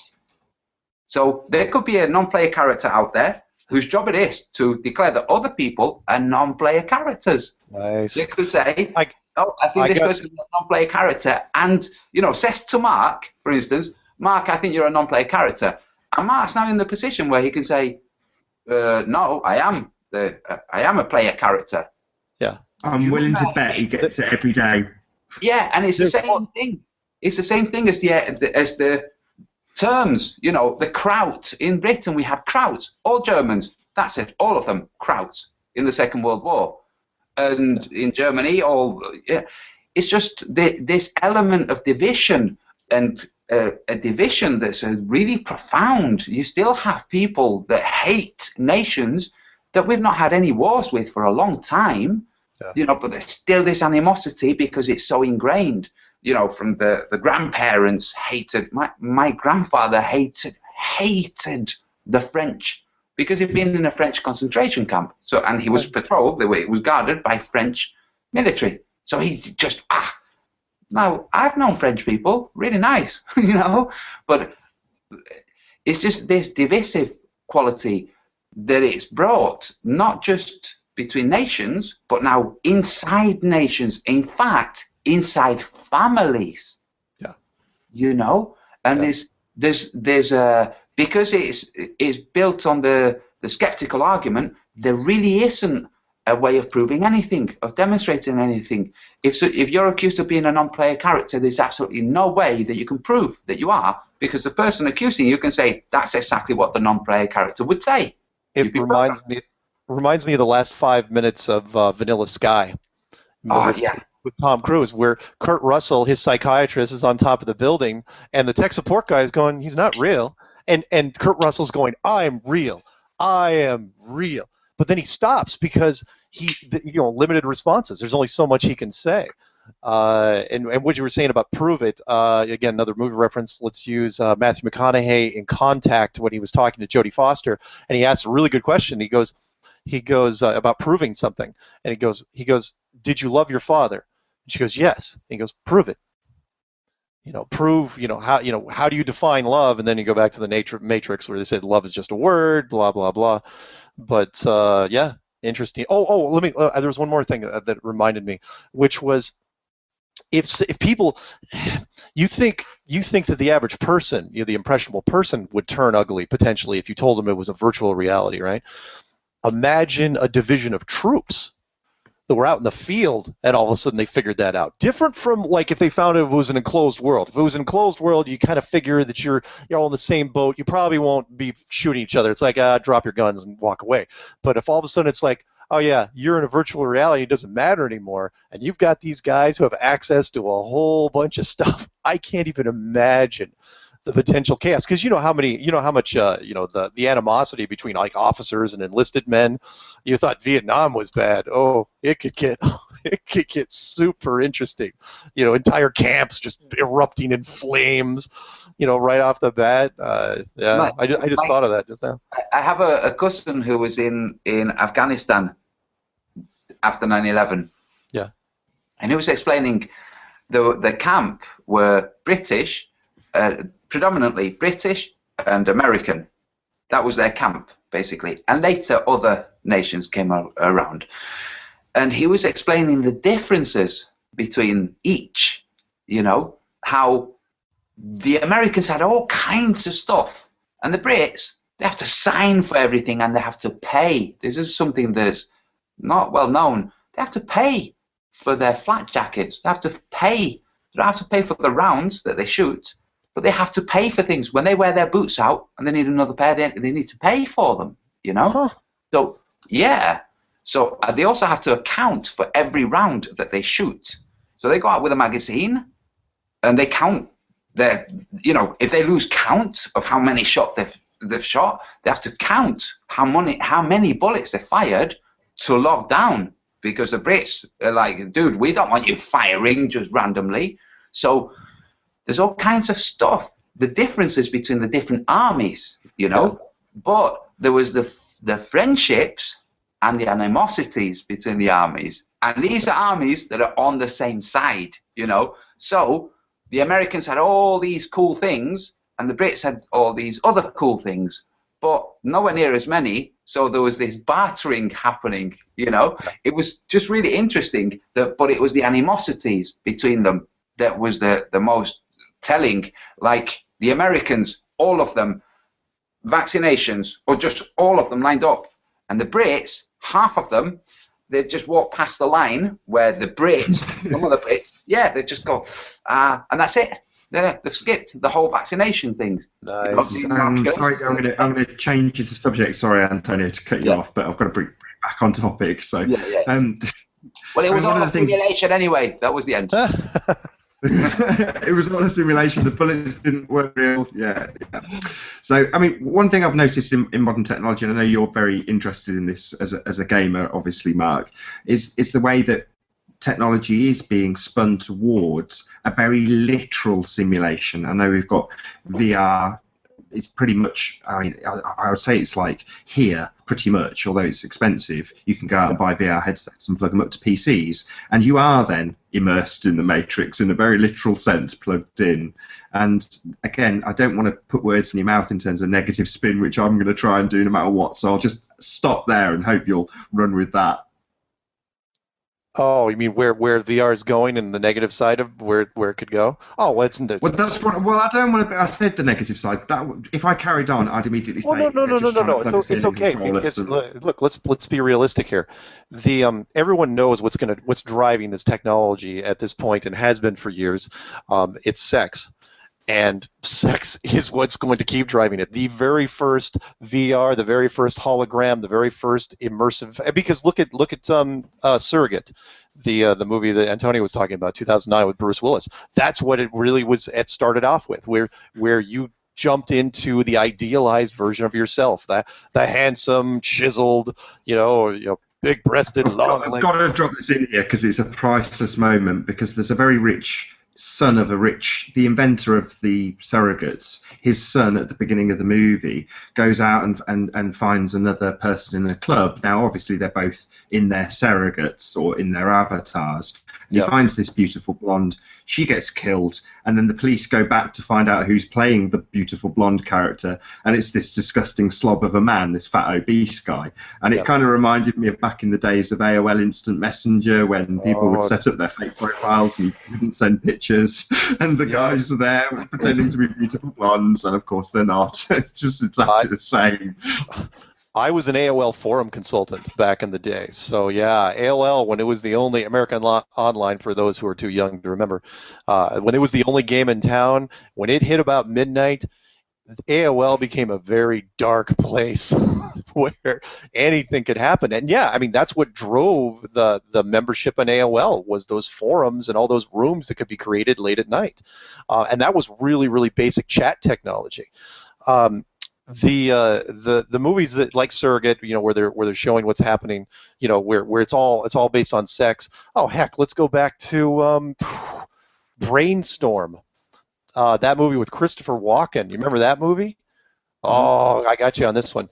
Look up the movie Brainstorm with Christopher Walken back in the day, where he was a scientist that figured out how to record the human thought into a cinema-like thing. So you'd be riding through on a horse, riding through a pasture, and you'd hook up to this machine. It would record the entire event and play it back. You could have somebody play it back. And of course, what was one of the first industries to jump on it when he invented it was, it's like, oh yeah, let's do some sex stuff. That's where it's all going. That's what's driven. I mean, that's what drove cinema. That's what drove cameras. Another Red Dwarf reference. So Red Dwarf, a very early episode, had total immersion video games. and they were the latest craze when they left Earth. Obviously, they're 3 million years in the future, so they've waited a very long time to get their mail. When they've turned around, they've eventually caught up with their mail, and they get this interactive game. And of course, they all go to their nicest places, find lovers, and get married.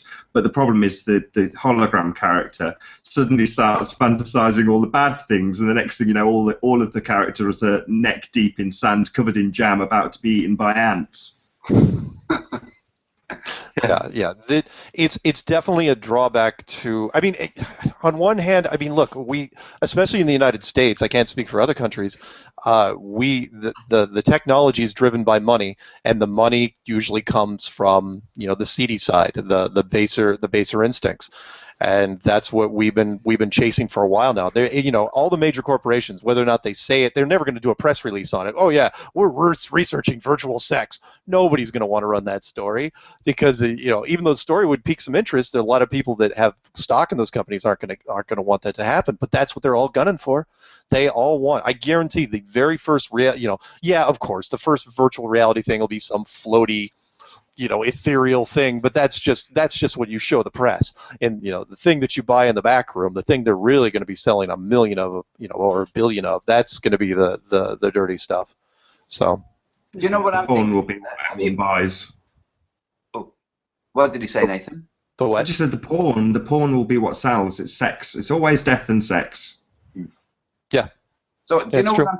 have either of you guys seen The Onion when they did an article on, I think it was Second Life?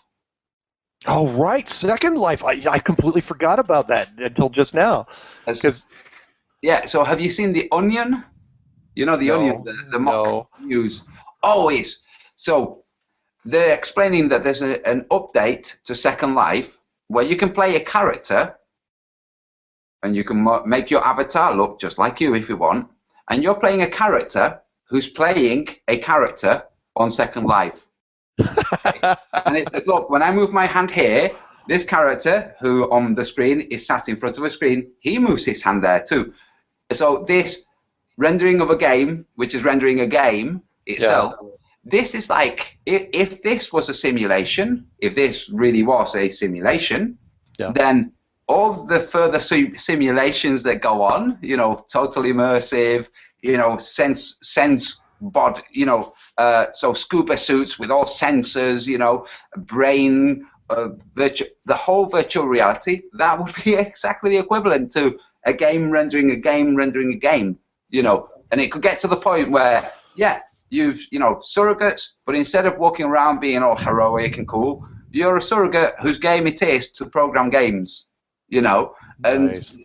The endless regress situation. Well, we haven't touched on this yet, but I was going to bring it up at some stage. I was going to bring it up towards the end of the show, but it's just a nice segue into it, which is the game Sims. I'm sure you've probably both played this game as well.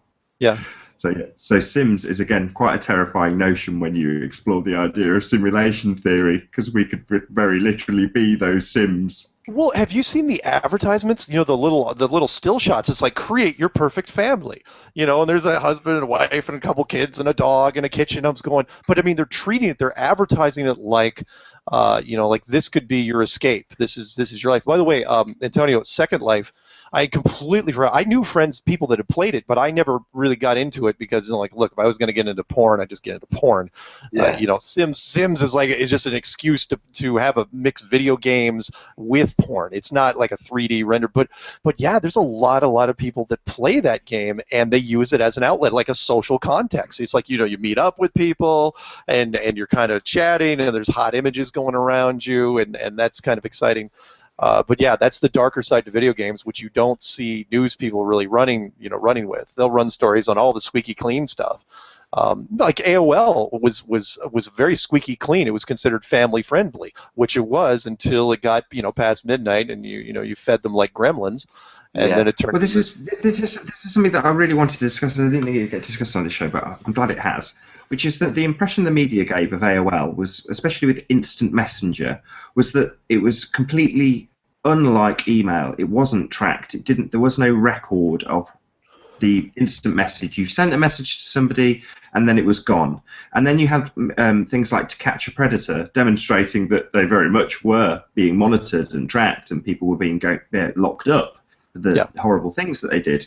But now in modern times we have the Onion router, the Tor network, which is sold to us in a very similar vein. It's it's completely secure, and every time I ask an expert, they tell me just how secure it is.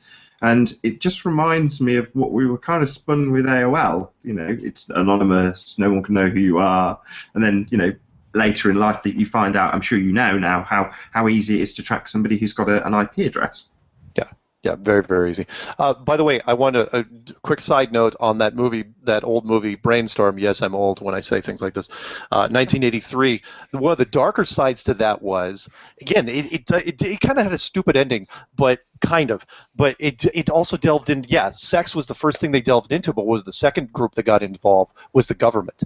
Because they said, oh my God, we can use this for interrogation on a level that we've never been able to do before. And so then they used it to where, you could basically give somebody a psychotic break, without even having to lift a finger. You just put the headset on them, hit that sucker, and they're going to confess and do whatever. And then the movie finally delved into something that was even weirder at the end, and that was one of the researchers that was working on it had a heart attack in the lab and put the headset on and recorded her own death. And and then people were literally, falling over each other to try to figure out, okay, what did it record when you died? And they had to figure out, you had to disconnect, all the cardiovascular stuff, because basically if you played it back, you were going to get a heart attack just like she did. But that, it delved into the whole going down the tunnel of light, and it was kind of cool. I might want to rip that and try to put it into one of my things if I get a chance. I completely forgot about that movie. But it had a cool little ending. Yeah. I was sunbathing just before I went to uni. Okay, I'm sunbathing with some friends. We've got the radio playing music. We're just chatting. It goes on to the news. The news, plays out the news, and at the end they announce this new development, and then the DJs pick up the last item on the news, which was this technological development, and start explaining it, talking about it back and forth. It was a chip that had been created to be implanted on the optic nerve by a group called BT Technologies. I've looked for this group, can't find a thing, can't find anything. This chip goes on the optic nerve, records all the visuals, and because your brain thinks in visuals, it records all your thoughts. Yeah. And they were talking about this could be a step for the cloning. So this could record all your thoughts. Then this could go on a decoder, which would play your thoughts after you pass away to other people, or to yourself. If you get cloned, they just put this, flash drive, download into the thing, put it into the new human version of you. Just completely crazy stuff. But when we think in terms of the technology that they have, the things they have, and the things they announce that they have, and when the announcement come out, and it's announced once, even in a newspaper article, it's freaking mind-blowing, the stuff that they announced. That they announced here in the UK in one of the broadsheets on Sunday. They explained. Sorry, before you get on to that, Anthony, that was something we touched on earlier on the 6th day. So we were particularly programmed with this idea by Arnold Schwarzenegger when they put a couple of cups over his eye, flash him, and then they've taken essentially that, a flash drive of his memory, so that it can make a clone. So this idea has been given to us quite some time ago. Yes. Well, look at the more recent one, Johnny Depp, 2014 Transcendence. Yes. Where a dying scientist decides he's going to record everything he is into a machine, and then becomes artificial intelligence. Blah blah blah. But yeah. So are these the powers that be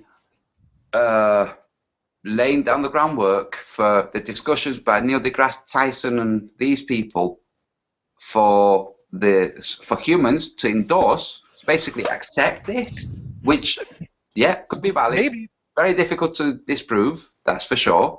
Yeah. But could be a big distraction. It could be basically saying, hey guys, where Bill Hicks was saying, look at fear as you're a temporary thing on this plane, and then you move on. Don't spend your time living in fear. And he's using the analogy of the amusement ride. This could be the same thing where they're saying, look, guys, this is just a virtual reality. It doesn't matter that you have to pay your taxes. It doesn't matter that you have to drink fluoride. Don't worry about it. It's just a simulation. and remove us from something that could be basically very, very different to what we're being told is a simulation.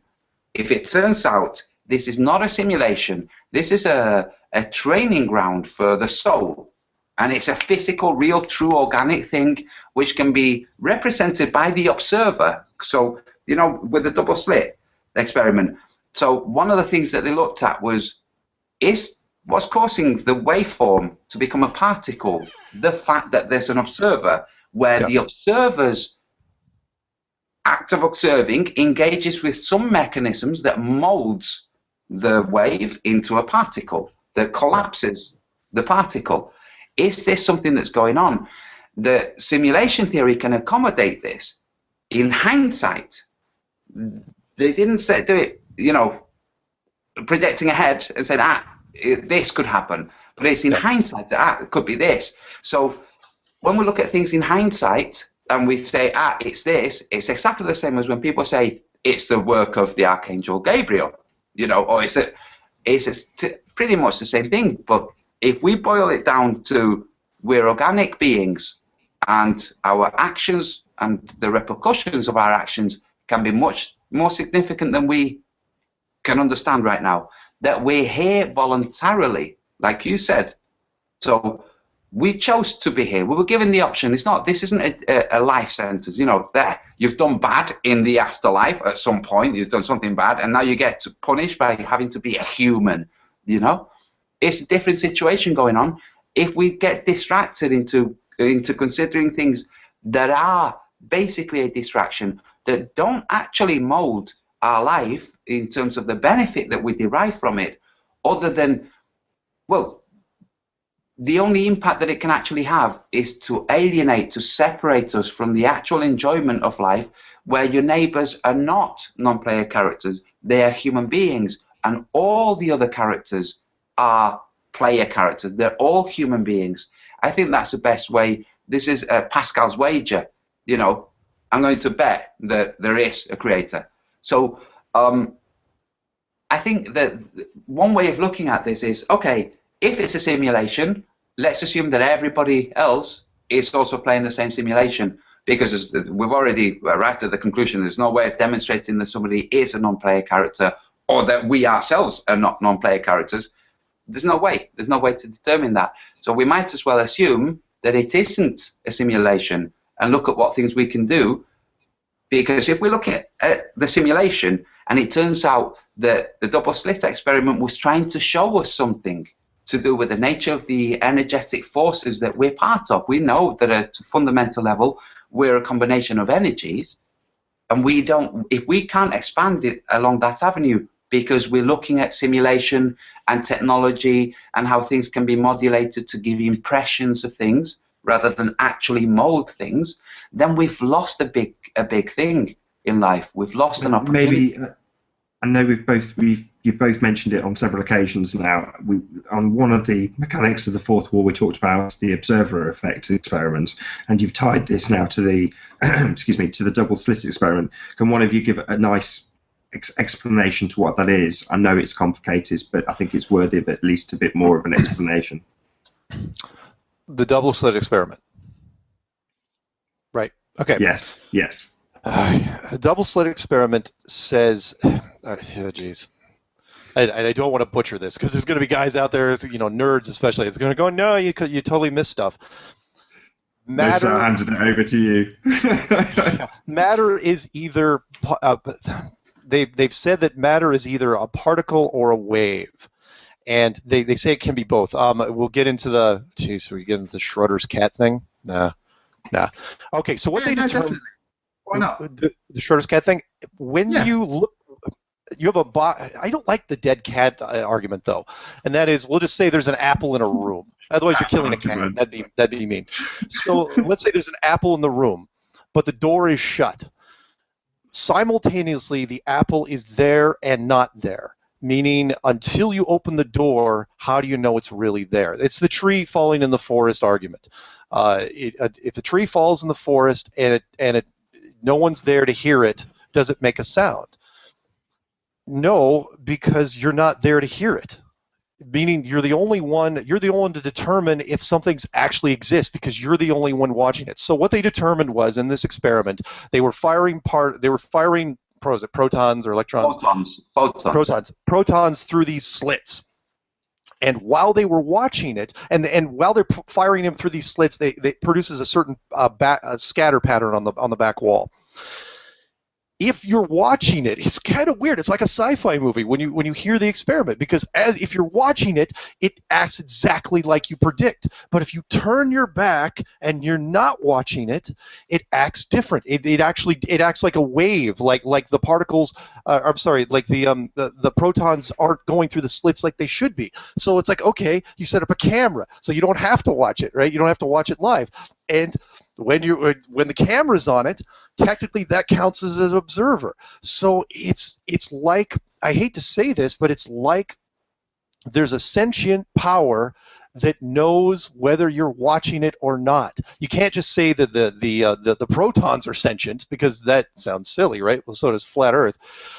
But something is manipulating the protons to react to you observing it. And what I mean is, it doesn't make sense from a logical standpoint. Physicists should absolutely just freak out, because it's the closest thing to magic or God that you could ever think of, and that is the protons are being manipulated based on your focus on them. If you're watching them, they act a certain way. If you're not watching them, it doesn't care. It's going to do the lazy thing. It's going to, again, which really leads to what we do in programming now, which is, if you're not in an area, if you play any sort of video games and you're flying over an area, you look behind you real fast sometimes, or if you look in front of you real fast, the trees that you were just watching disappear and fade away. Why? Because it's conservation of resources. I'm not saying that God is lazy. I am saying that God is very, very efficient. So God is not going to waste any energy on things that are there. It's a cheat. It's not necessarily a cheat. It's very efficient in the video game world. You don't have to build the entire world. You don't have to build parts of the world that you're not in. If you're there's a city that's 100 miles away, you don't have to build that whole city if no one's in it, because who cares? You know, it's the argument. So that applies to us here, which is, we do this in the video game world. And it appears that it's happening here as well, and which is why the double slit experiment, in my opinion, is the closest thing we have to evidence of a simulated reality. Which is, if you're not looking at something, if you're not paying attention to something, it acts. It's not coalescing. It's not materializing. But every time you look, it does, and it just drives me insane, and the only proof that we had was that double slit experiment, because it kept firing off the thing. It's like, well, every time you don't look at it, it acts like it's not even there, that the protons are just acting completely different. They're acting lazy, like they're not being specific, like they're saving resources. And that's like they have a default setting. The default setting is relaxed. If something engages with it, then your default engaged with setting is particle. When nobody is engaging with you, then you go to your basic default setting. So there's like two defaults. And it doesn't matter if you're sat there focusing, trying to make it into a particle. No. If you're looking at all, particle. If you're not looking, wave. There was a story. Actually, before we do move on, maybe, again, Antonio, I know we did it on the other show, but because it's much easier to summarize and you give people a better visualization of what you're talking about, can you just explain the experiment for the observer effect and hopefully keep it to just a couple of minutes, because then people can tie exactly what you've described in quite a wordy way to something that's much more visual. The observer effect was, it came from the double slit experiment, because they started to look at what's causing the collapse into the photon. What's doing this? In what way is human consciousness and observation causing a difference between the default setting of wave and the particle setting? What is this?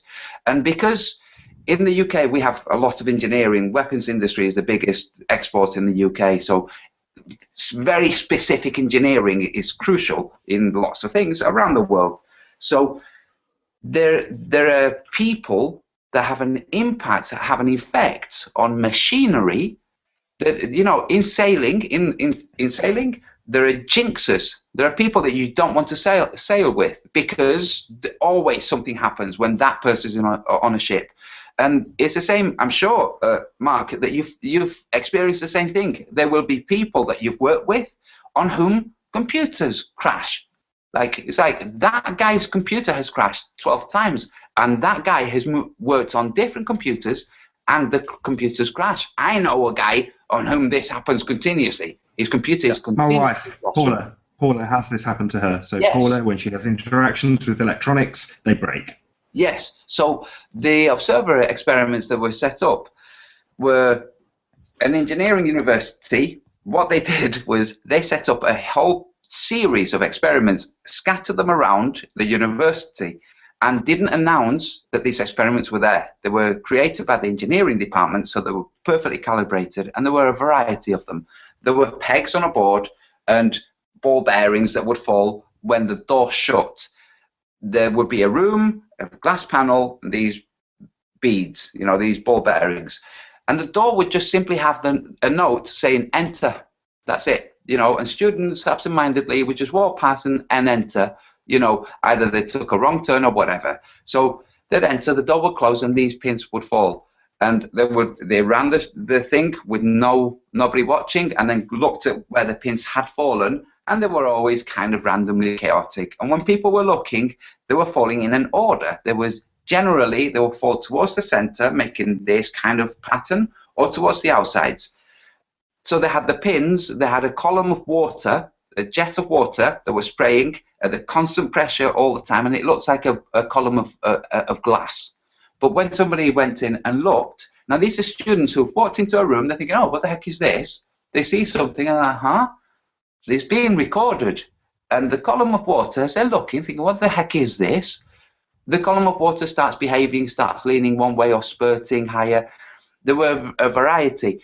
So this was created for the psychology departments and the neurology departments and physics to try to determine what qualities are there in human consciousness that can create glitches in machinery, in hardware.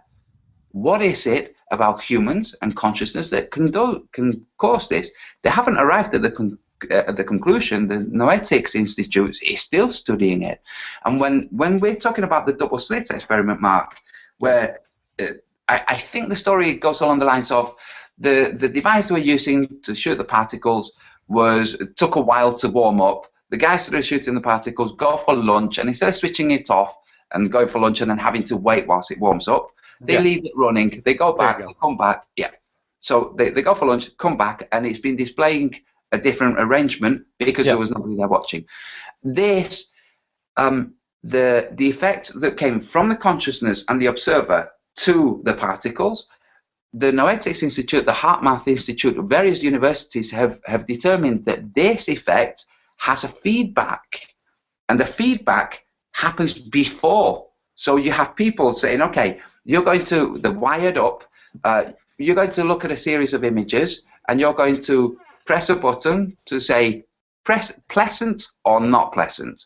And the image is going to be a lump of mud, a puppy, a cup of coffee, a hot chocolate, cake, a decaying tree, maggots, just all kinds of stuff. And what they think, because they're aware that the observer effect and expectation and consciousness molds the results, they just have to press a button when it's a pleasant image, okay? Yeah. So maggots, they don't press a button. Hot chocolate, button, okay?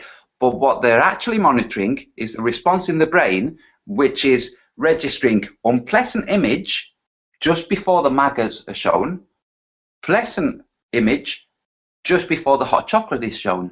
So this observer effect, whatever mechanism is engaged, has a feedback. It works the other way. It works preemptively. So this has led to the concept of superluminosity, which is a tool for conceptualizing the future, gazing at the future. If you think, for instance, now, Mark, if you say, okay, in 5 million years' time, the Earth will, and whatever it is that you've thought it right now, but time, 500 million years in terms of speed, would have taken way longer than how long it's taken you to say, in 500 million years' time, X. Yeah. So this is a new concept, superluminosity. It's in philosophy, in psychology, it's a new concept. But there are echoes of it in history. Echoes of it, for instance, with the double slit experiment, with the observer effect, with all these experiments that some people might call kind of into the paranormal. You know, they kind of described a little bit like that in some of the more mocking fields. So this is something that's true. Now, this is what causes me to doubt the idea of the simulation theory, which is, if it was a theory, it would be able to predict certain elements that would be discovered. And it seems to be more like a religion which looks back and gives reasons for things in hindsight. So it makes me think, you know, it looks to me like what we live in is something organic. It feels like a kind of the wrong, something spiritual, let's say. Sure. It's something real, truly real, not a rendering. Something really, truly real that has surprises, that has elements of magic, not from the Asimov or, you know, Clarke explanation that at some point in the future technology will be so advanced as to be indistinguishable from magic, which is a term coined by either Asimov or Arthur C. Clarke. Yeah. That itself, the term, sometime in the future technology will be so advanced as to be indistinguishable from magic. Okay, what that concept says, technology, we know what technology is, will be very sophisticated. But there's a second term, which is magic.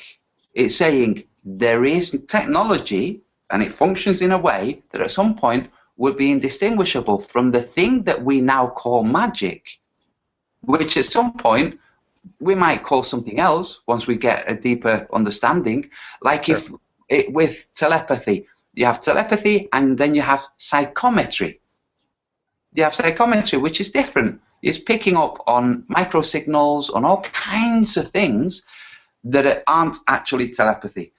It gets kind of convoluted when you go into this world, into thinking. Well, they are saying exactly this, Antonio. So the new scientists are saying that if you extrapolate, like I said at the top of the show, if you extrapolate out Moore's law, you end up with us, by virtue of mathematics, being it's mathematically impossible that we're not living in a simulation. In other words, you know, it's a mathematical certainty.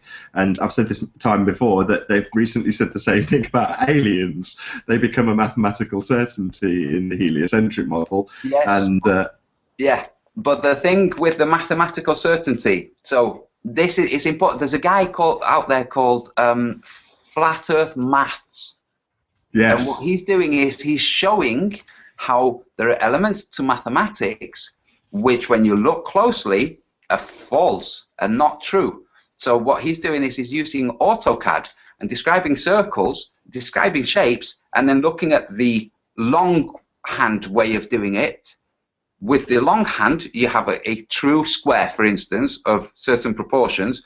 With AutoCAD, when you try to do the same thing, you have discrepancies where corners don't quite meet. You know, and that's because AutoCAD is using the type of mathematics that can render false results. So, which is like Bob in Globebusters. Bob had this example of it's a false result where three guys go to a hotel, they all pay X amount, then they transfer of money back, and it turns out they've all paid less than what they should have done. A dollar has somehow disappeared in the transaction. In the true mathematical sense, no, everything is squared. But there's a way of expressing mathematics which will render false results. We should know this from looking at Einstein and what he did with basic relativity, which is express that it's impossible to describe everything because you'd need an infinity of time to express all the different elements, but we can start to express the rudimentary elements if you reduce everything to zero and start from zero at the Big Bang. But that is a con. That's a straightforward con, because it's saying, okay, if zero, then all these things. You say, okay, what if not zero?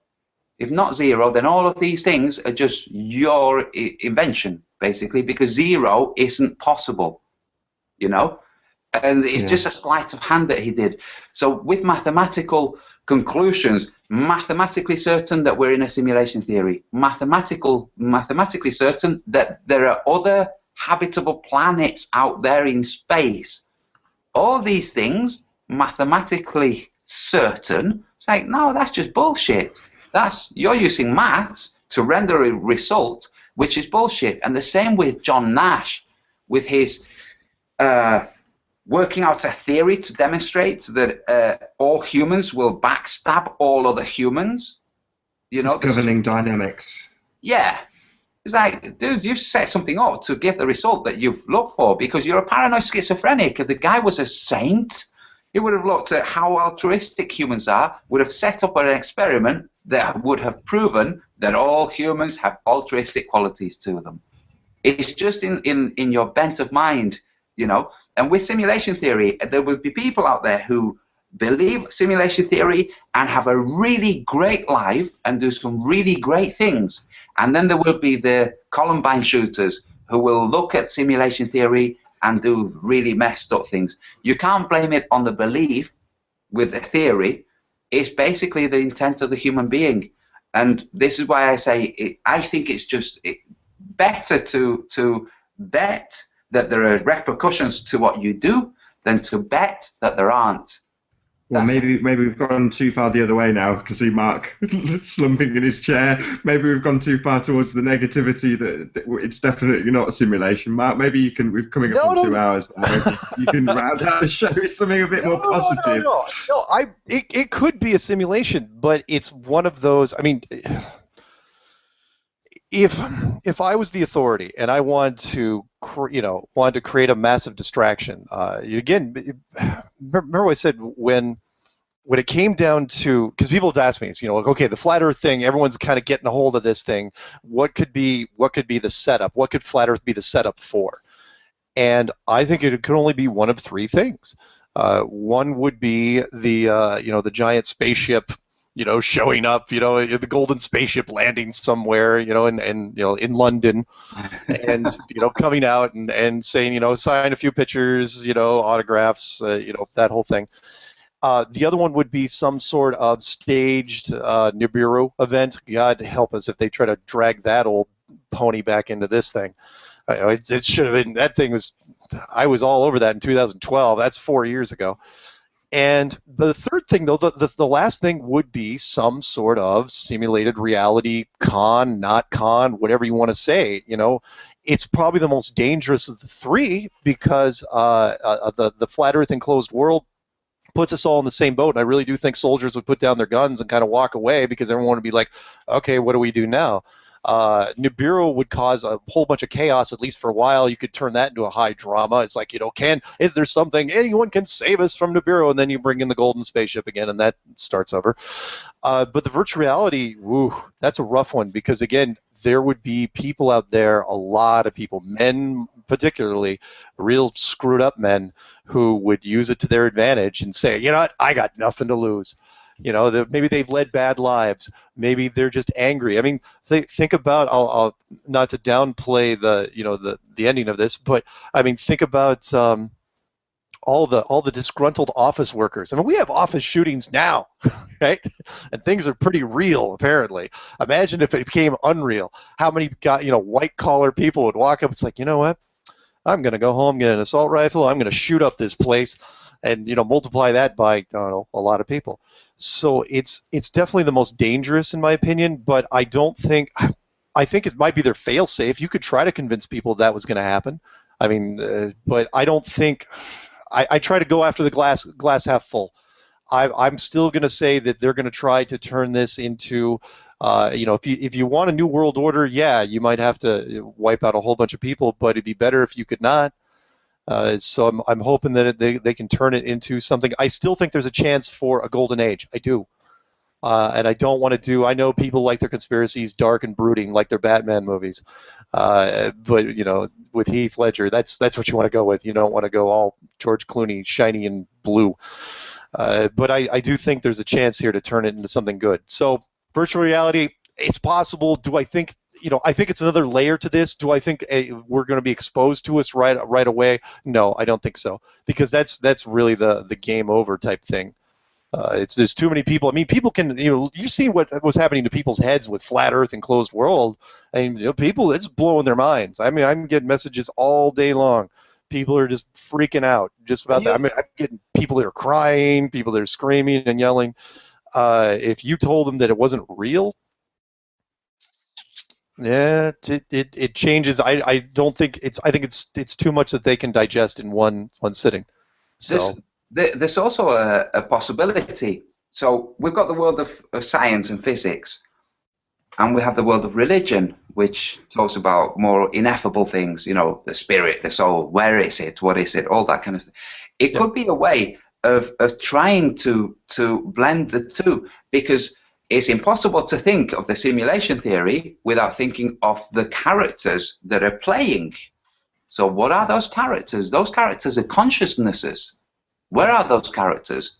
And it's a way. It sounds to me like a way of saying, look, religion. Think in terms of longer life than just this. This is just a game. And I love the idea that this could just be a really, really cool, sophisticated dream. And when you finish, then you wake up somewhere else and you're like, damn it was a dream. I could have done all kinds of stuff. But we've got one more reference in there. We've got Vanilla Sky now. Yeah. Well, let me. Oh, shoot, I forgot what I was going to say. It was. Damn it. Keep talking. So if I say that religion, science, bringing science to the point where it blends with religion to express the human consciousness is an element that's not actually rooted here. It's rooted elsewhere, and the here is just a mechanism for it to engage with things, to learn about things, to fuck up, excuse my French, to fall off the cliff, to crash the car, to meet your perfect partner, to do, to look at the flower, to whatever it is that you want to do. Yeah. It sounds to me like a perfect way for the world of science to move science and give a scientific explanation for the existence that we're living, that links to a creator, a thing that did the programming. Sure. Sure. There's that side to it. Yeah, I do believe that we're here to experience, to change, to get a fresh look at our perspective, which is, and I don't want to quote too many things here, but we all know them, which is you can't fully appreciate something without knowing the opposite. Light without shadow, pain without pleasure, and so on and so on. I do believe that we're here. There was an old Mayan saying which really confused me at first when I first heard it, which was one of their little things was stay alive as long as possible. I was going, that's really odd. It wasn't like, live a good life and be nice to people and pay it forward and all that other stuff. It was stay alive as long as possible. And I'm wondering if they meant that because the longer you stay, I hate to say this because it sounds kind of masochistic, and that is the longer you suffer here, the more you will appreciate it when you're outside of here. Then some people go hardcore and go all out, and some people don't go hardcore. Some people, come in and it's like they're auditing a class. It's like, yeah, I'll do a little suffering, but you know what? I'm going to be a millionaire. Yeah, by the way, one more thing. I just remembered what it was. You were saying that you could never prove that somebody was an NPC. I just thought of this. Actually, you might be able to, and it's a movie reference. Sean Penn in 21 Grams. Probably wondering what that movie was about. It was kind of a connection movie where he ran over somebody in their car and he got attached to somebody who was in the hospital, and their relation to him, they were kind of tied to it. But where's the title come in? And that was, if I'm not mistaken, it was the Germans did an experiment where when somebody died, a person, not animals, when somebody died, second they died, they became 21 grams lighter. Yeah. And of course, the Germans being screwed up, even though I'm German, tried to capture that essence. It's like, it's the soul, we must grab it. And you're thinking, okay, but then it comes in like how to prove somebody's a witch. If they float or if they drown thing. It's like if they die and they don't lose any weight, Well, then they were an NPC. Yeah, but you had to kill them to do it. Yeah, but it worked. So you could actually find that out. I wonder if any person, if you actually, no, I shouldn't recommend that on camera. Sorry. if they didn't lose weight, they're actually an NPC at that point. Yeah, there are some really crazy experiments in the world of medicine. So, and sometimes if you have an in with people, psychology departments or very different elements at university studies. So they did it some time ago, and they pay for this. Okay, so and some of it's absolutely necessary. For instance, to develop the skills and the tools and the training for microsurgery. One of the experiments they were doing, one of the training elements that they were developing was you would volunteer, you would receive, I think it was £80,000, and the whole thing was they would detach your thumb and then reattach it. So the surgery was the reattaching it. It might not work, so there's disclaimer. Well, they got the nerve endings right, yeah. Yeah, okay. You might end up with a numb thumb the rest of your life that'll really bug you, but who knows? Yeah. But they were also doing experiments into flatlining. So flatlining, let's see what happens. What happens in the brain? How long does the activity go on for?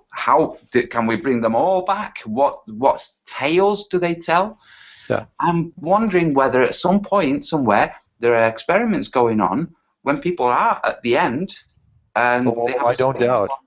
Yeah, to find out the percentage of people die and don't lose any weight. There's no weight lost. So, yeah, that would be interesting. Yeah, that was an early '90s movie as well. They turned it into a movie called Flatliners with I'm way too many with Kiefer Sutherland, Julia Roberts. We know, but that turned into like a dark thing where it's like you were too close to the afterlife, so you brought spirits back with you, and they were doing horrible things, and This is going to make an absolutely excellent drinking game if you watch this episode of Mechanics of the Fourth Wall back. Every time there's a movie reference, take a sip of your drink. You'll be passed out in the first hour. We just face first. Yeah, we used a lot of, but it's true. I mean, doesn't that say something? The amount of media that has been tied to this, that so much programming. Again, why? If you believe in predictive programming, why would you spend the better part of 60 years doing science fiction references just on alien contact? The virtual reality thing has been peppered along the way, but think of we've got multiple generations now of alien contact, to where if an alien craft showed up today, I hate to say this, but everybody from age 80 to age 6 would get it. They would totally get the reference. So if all of a sudden they showed up on CNN and be like, "Oh yeah, I've heard about this," depending how old you are, you may have watched 200 movies on the subject. This is one of the things that I see. Some people shy away from the flat Earth because they're really entrenched in their thinking of aliens being from other planets, so space, distance, and so on. I lean towards the molten puddle, possibly other molten puddles. So the distance not being that great that they come across in, and maybe they travel in the water, above if there's water, or not. Who knows? But I kind of lean towards that, and it's based on things that aren't really appropriate to voice right now. But I was going to say we're into a whole different show. I'm gonna wrap up there, guys. So maybe right. You can give us some final thoughts. Mark, thank you very much for being here. Was there any last little points you wanted to drop in before we round out? Maybe give a plug to marksargent.com and so on and so forth. How's it going, Mark? How's your? Good. We have limited payment options, and we've been having a few payment issues here and there. Just trying, on mobile devices because there's some blocking. But overall, the reception's been great. So I'm excited about it, and it's just marksargent.com, and I'm doing plugs for it in different videos. So it is what it is. It's done by the same guys that did my apps, and I'm optimistic. Cool. Excellent. More power to you. I hope it goes well. Thanks. So Mark Sargent from your spaceship above Stonehenge, England. Thank you very much for joining us on Mechanics of the Fourth Wall. Yeah. Thank you very much for having me. It's an absolute pleasure. And Antonio, thank you very much also. And to all of you who have joined us in the chat, thank you very much for being here. I've been Nathan Oakley. I'll see you all in the next video.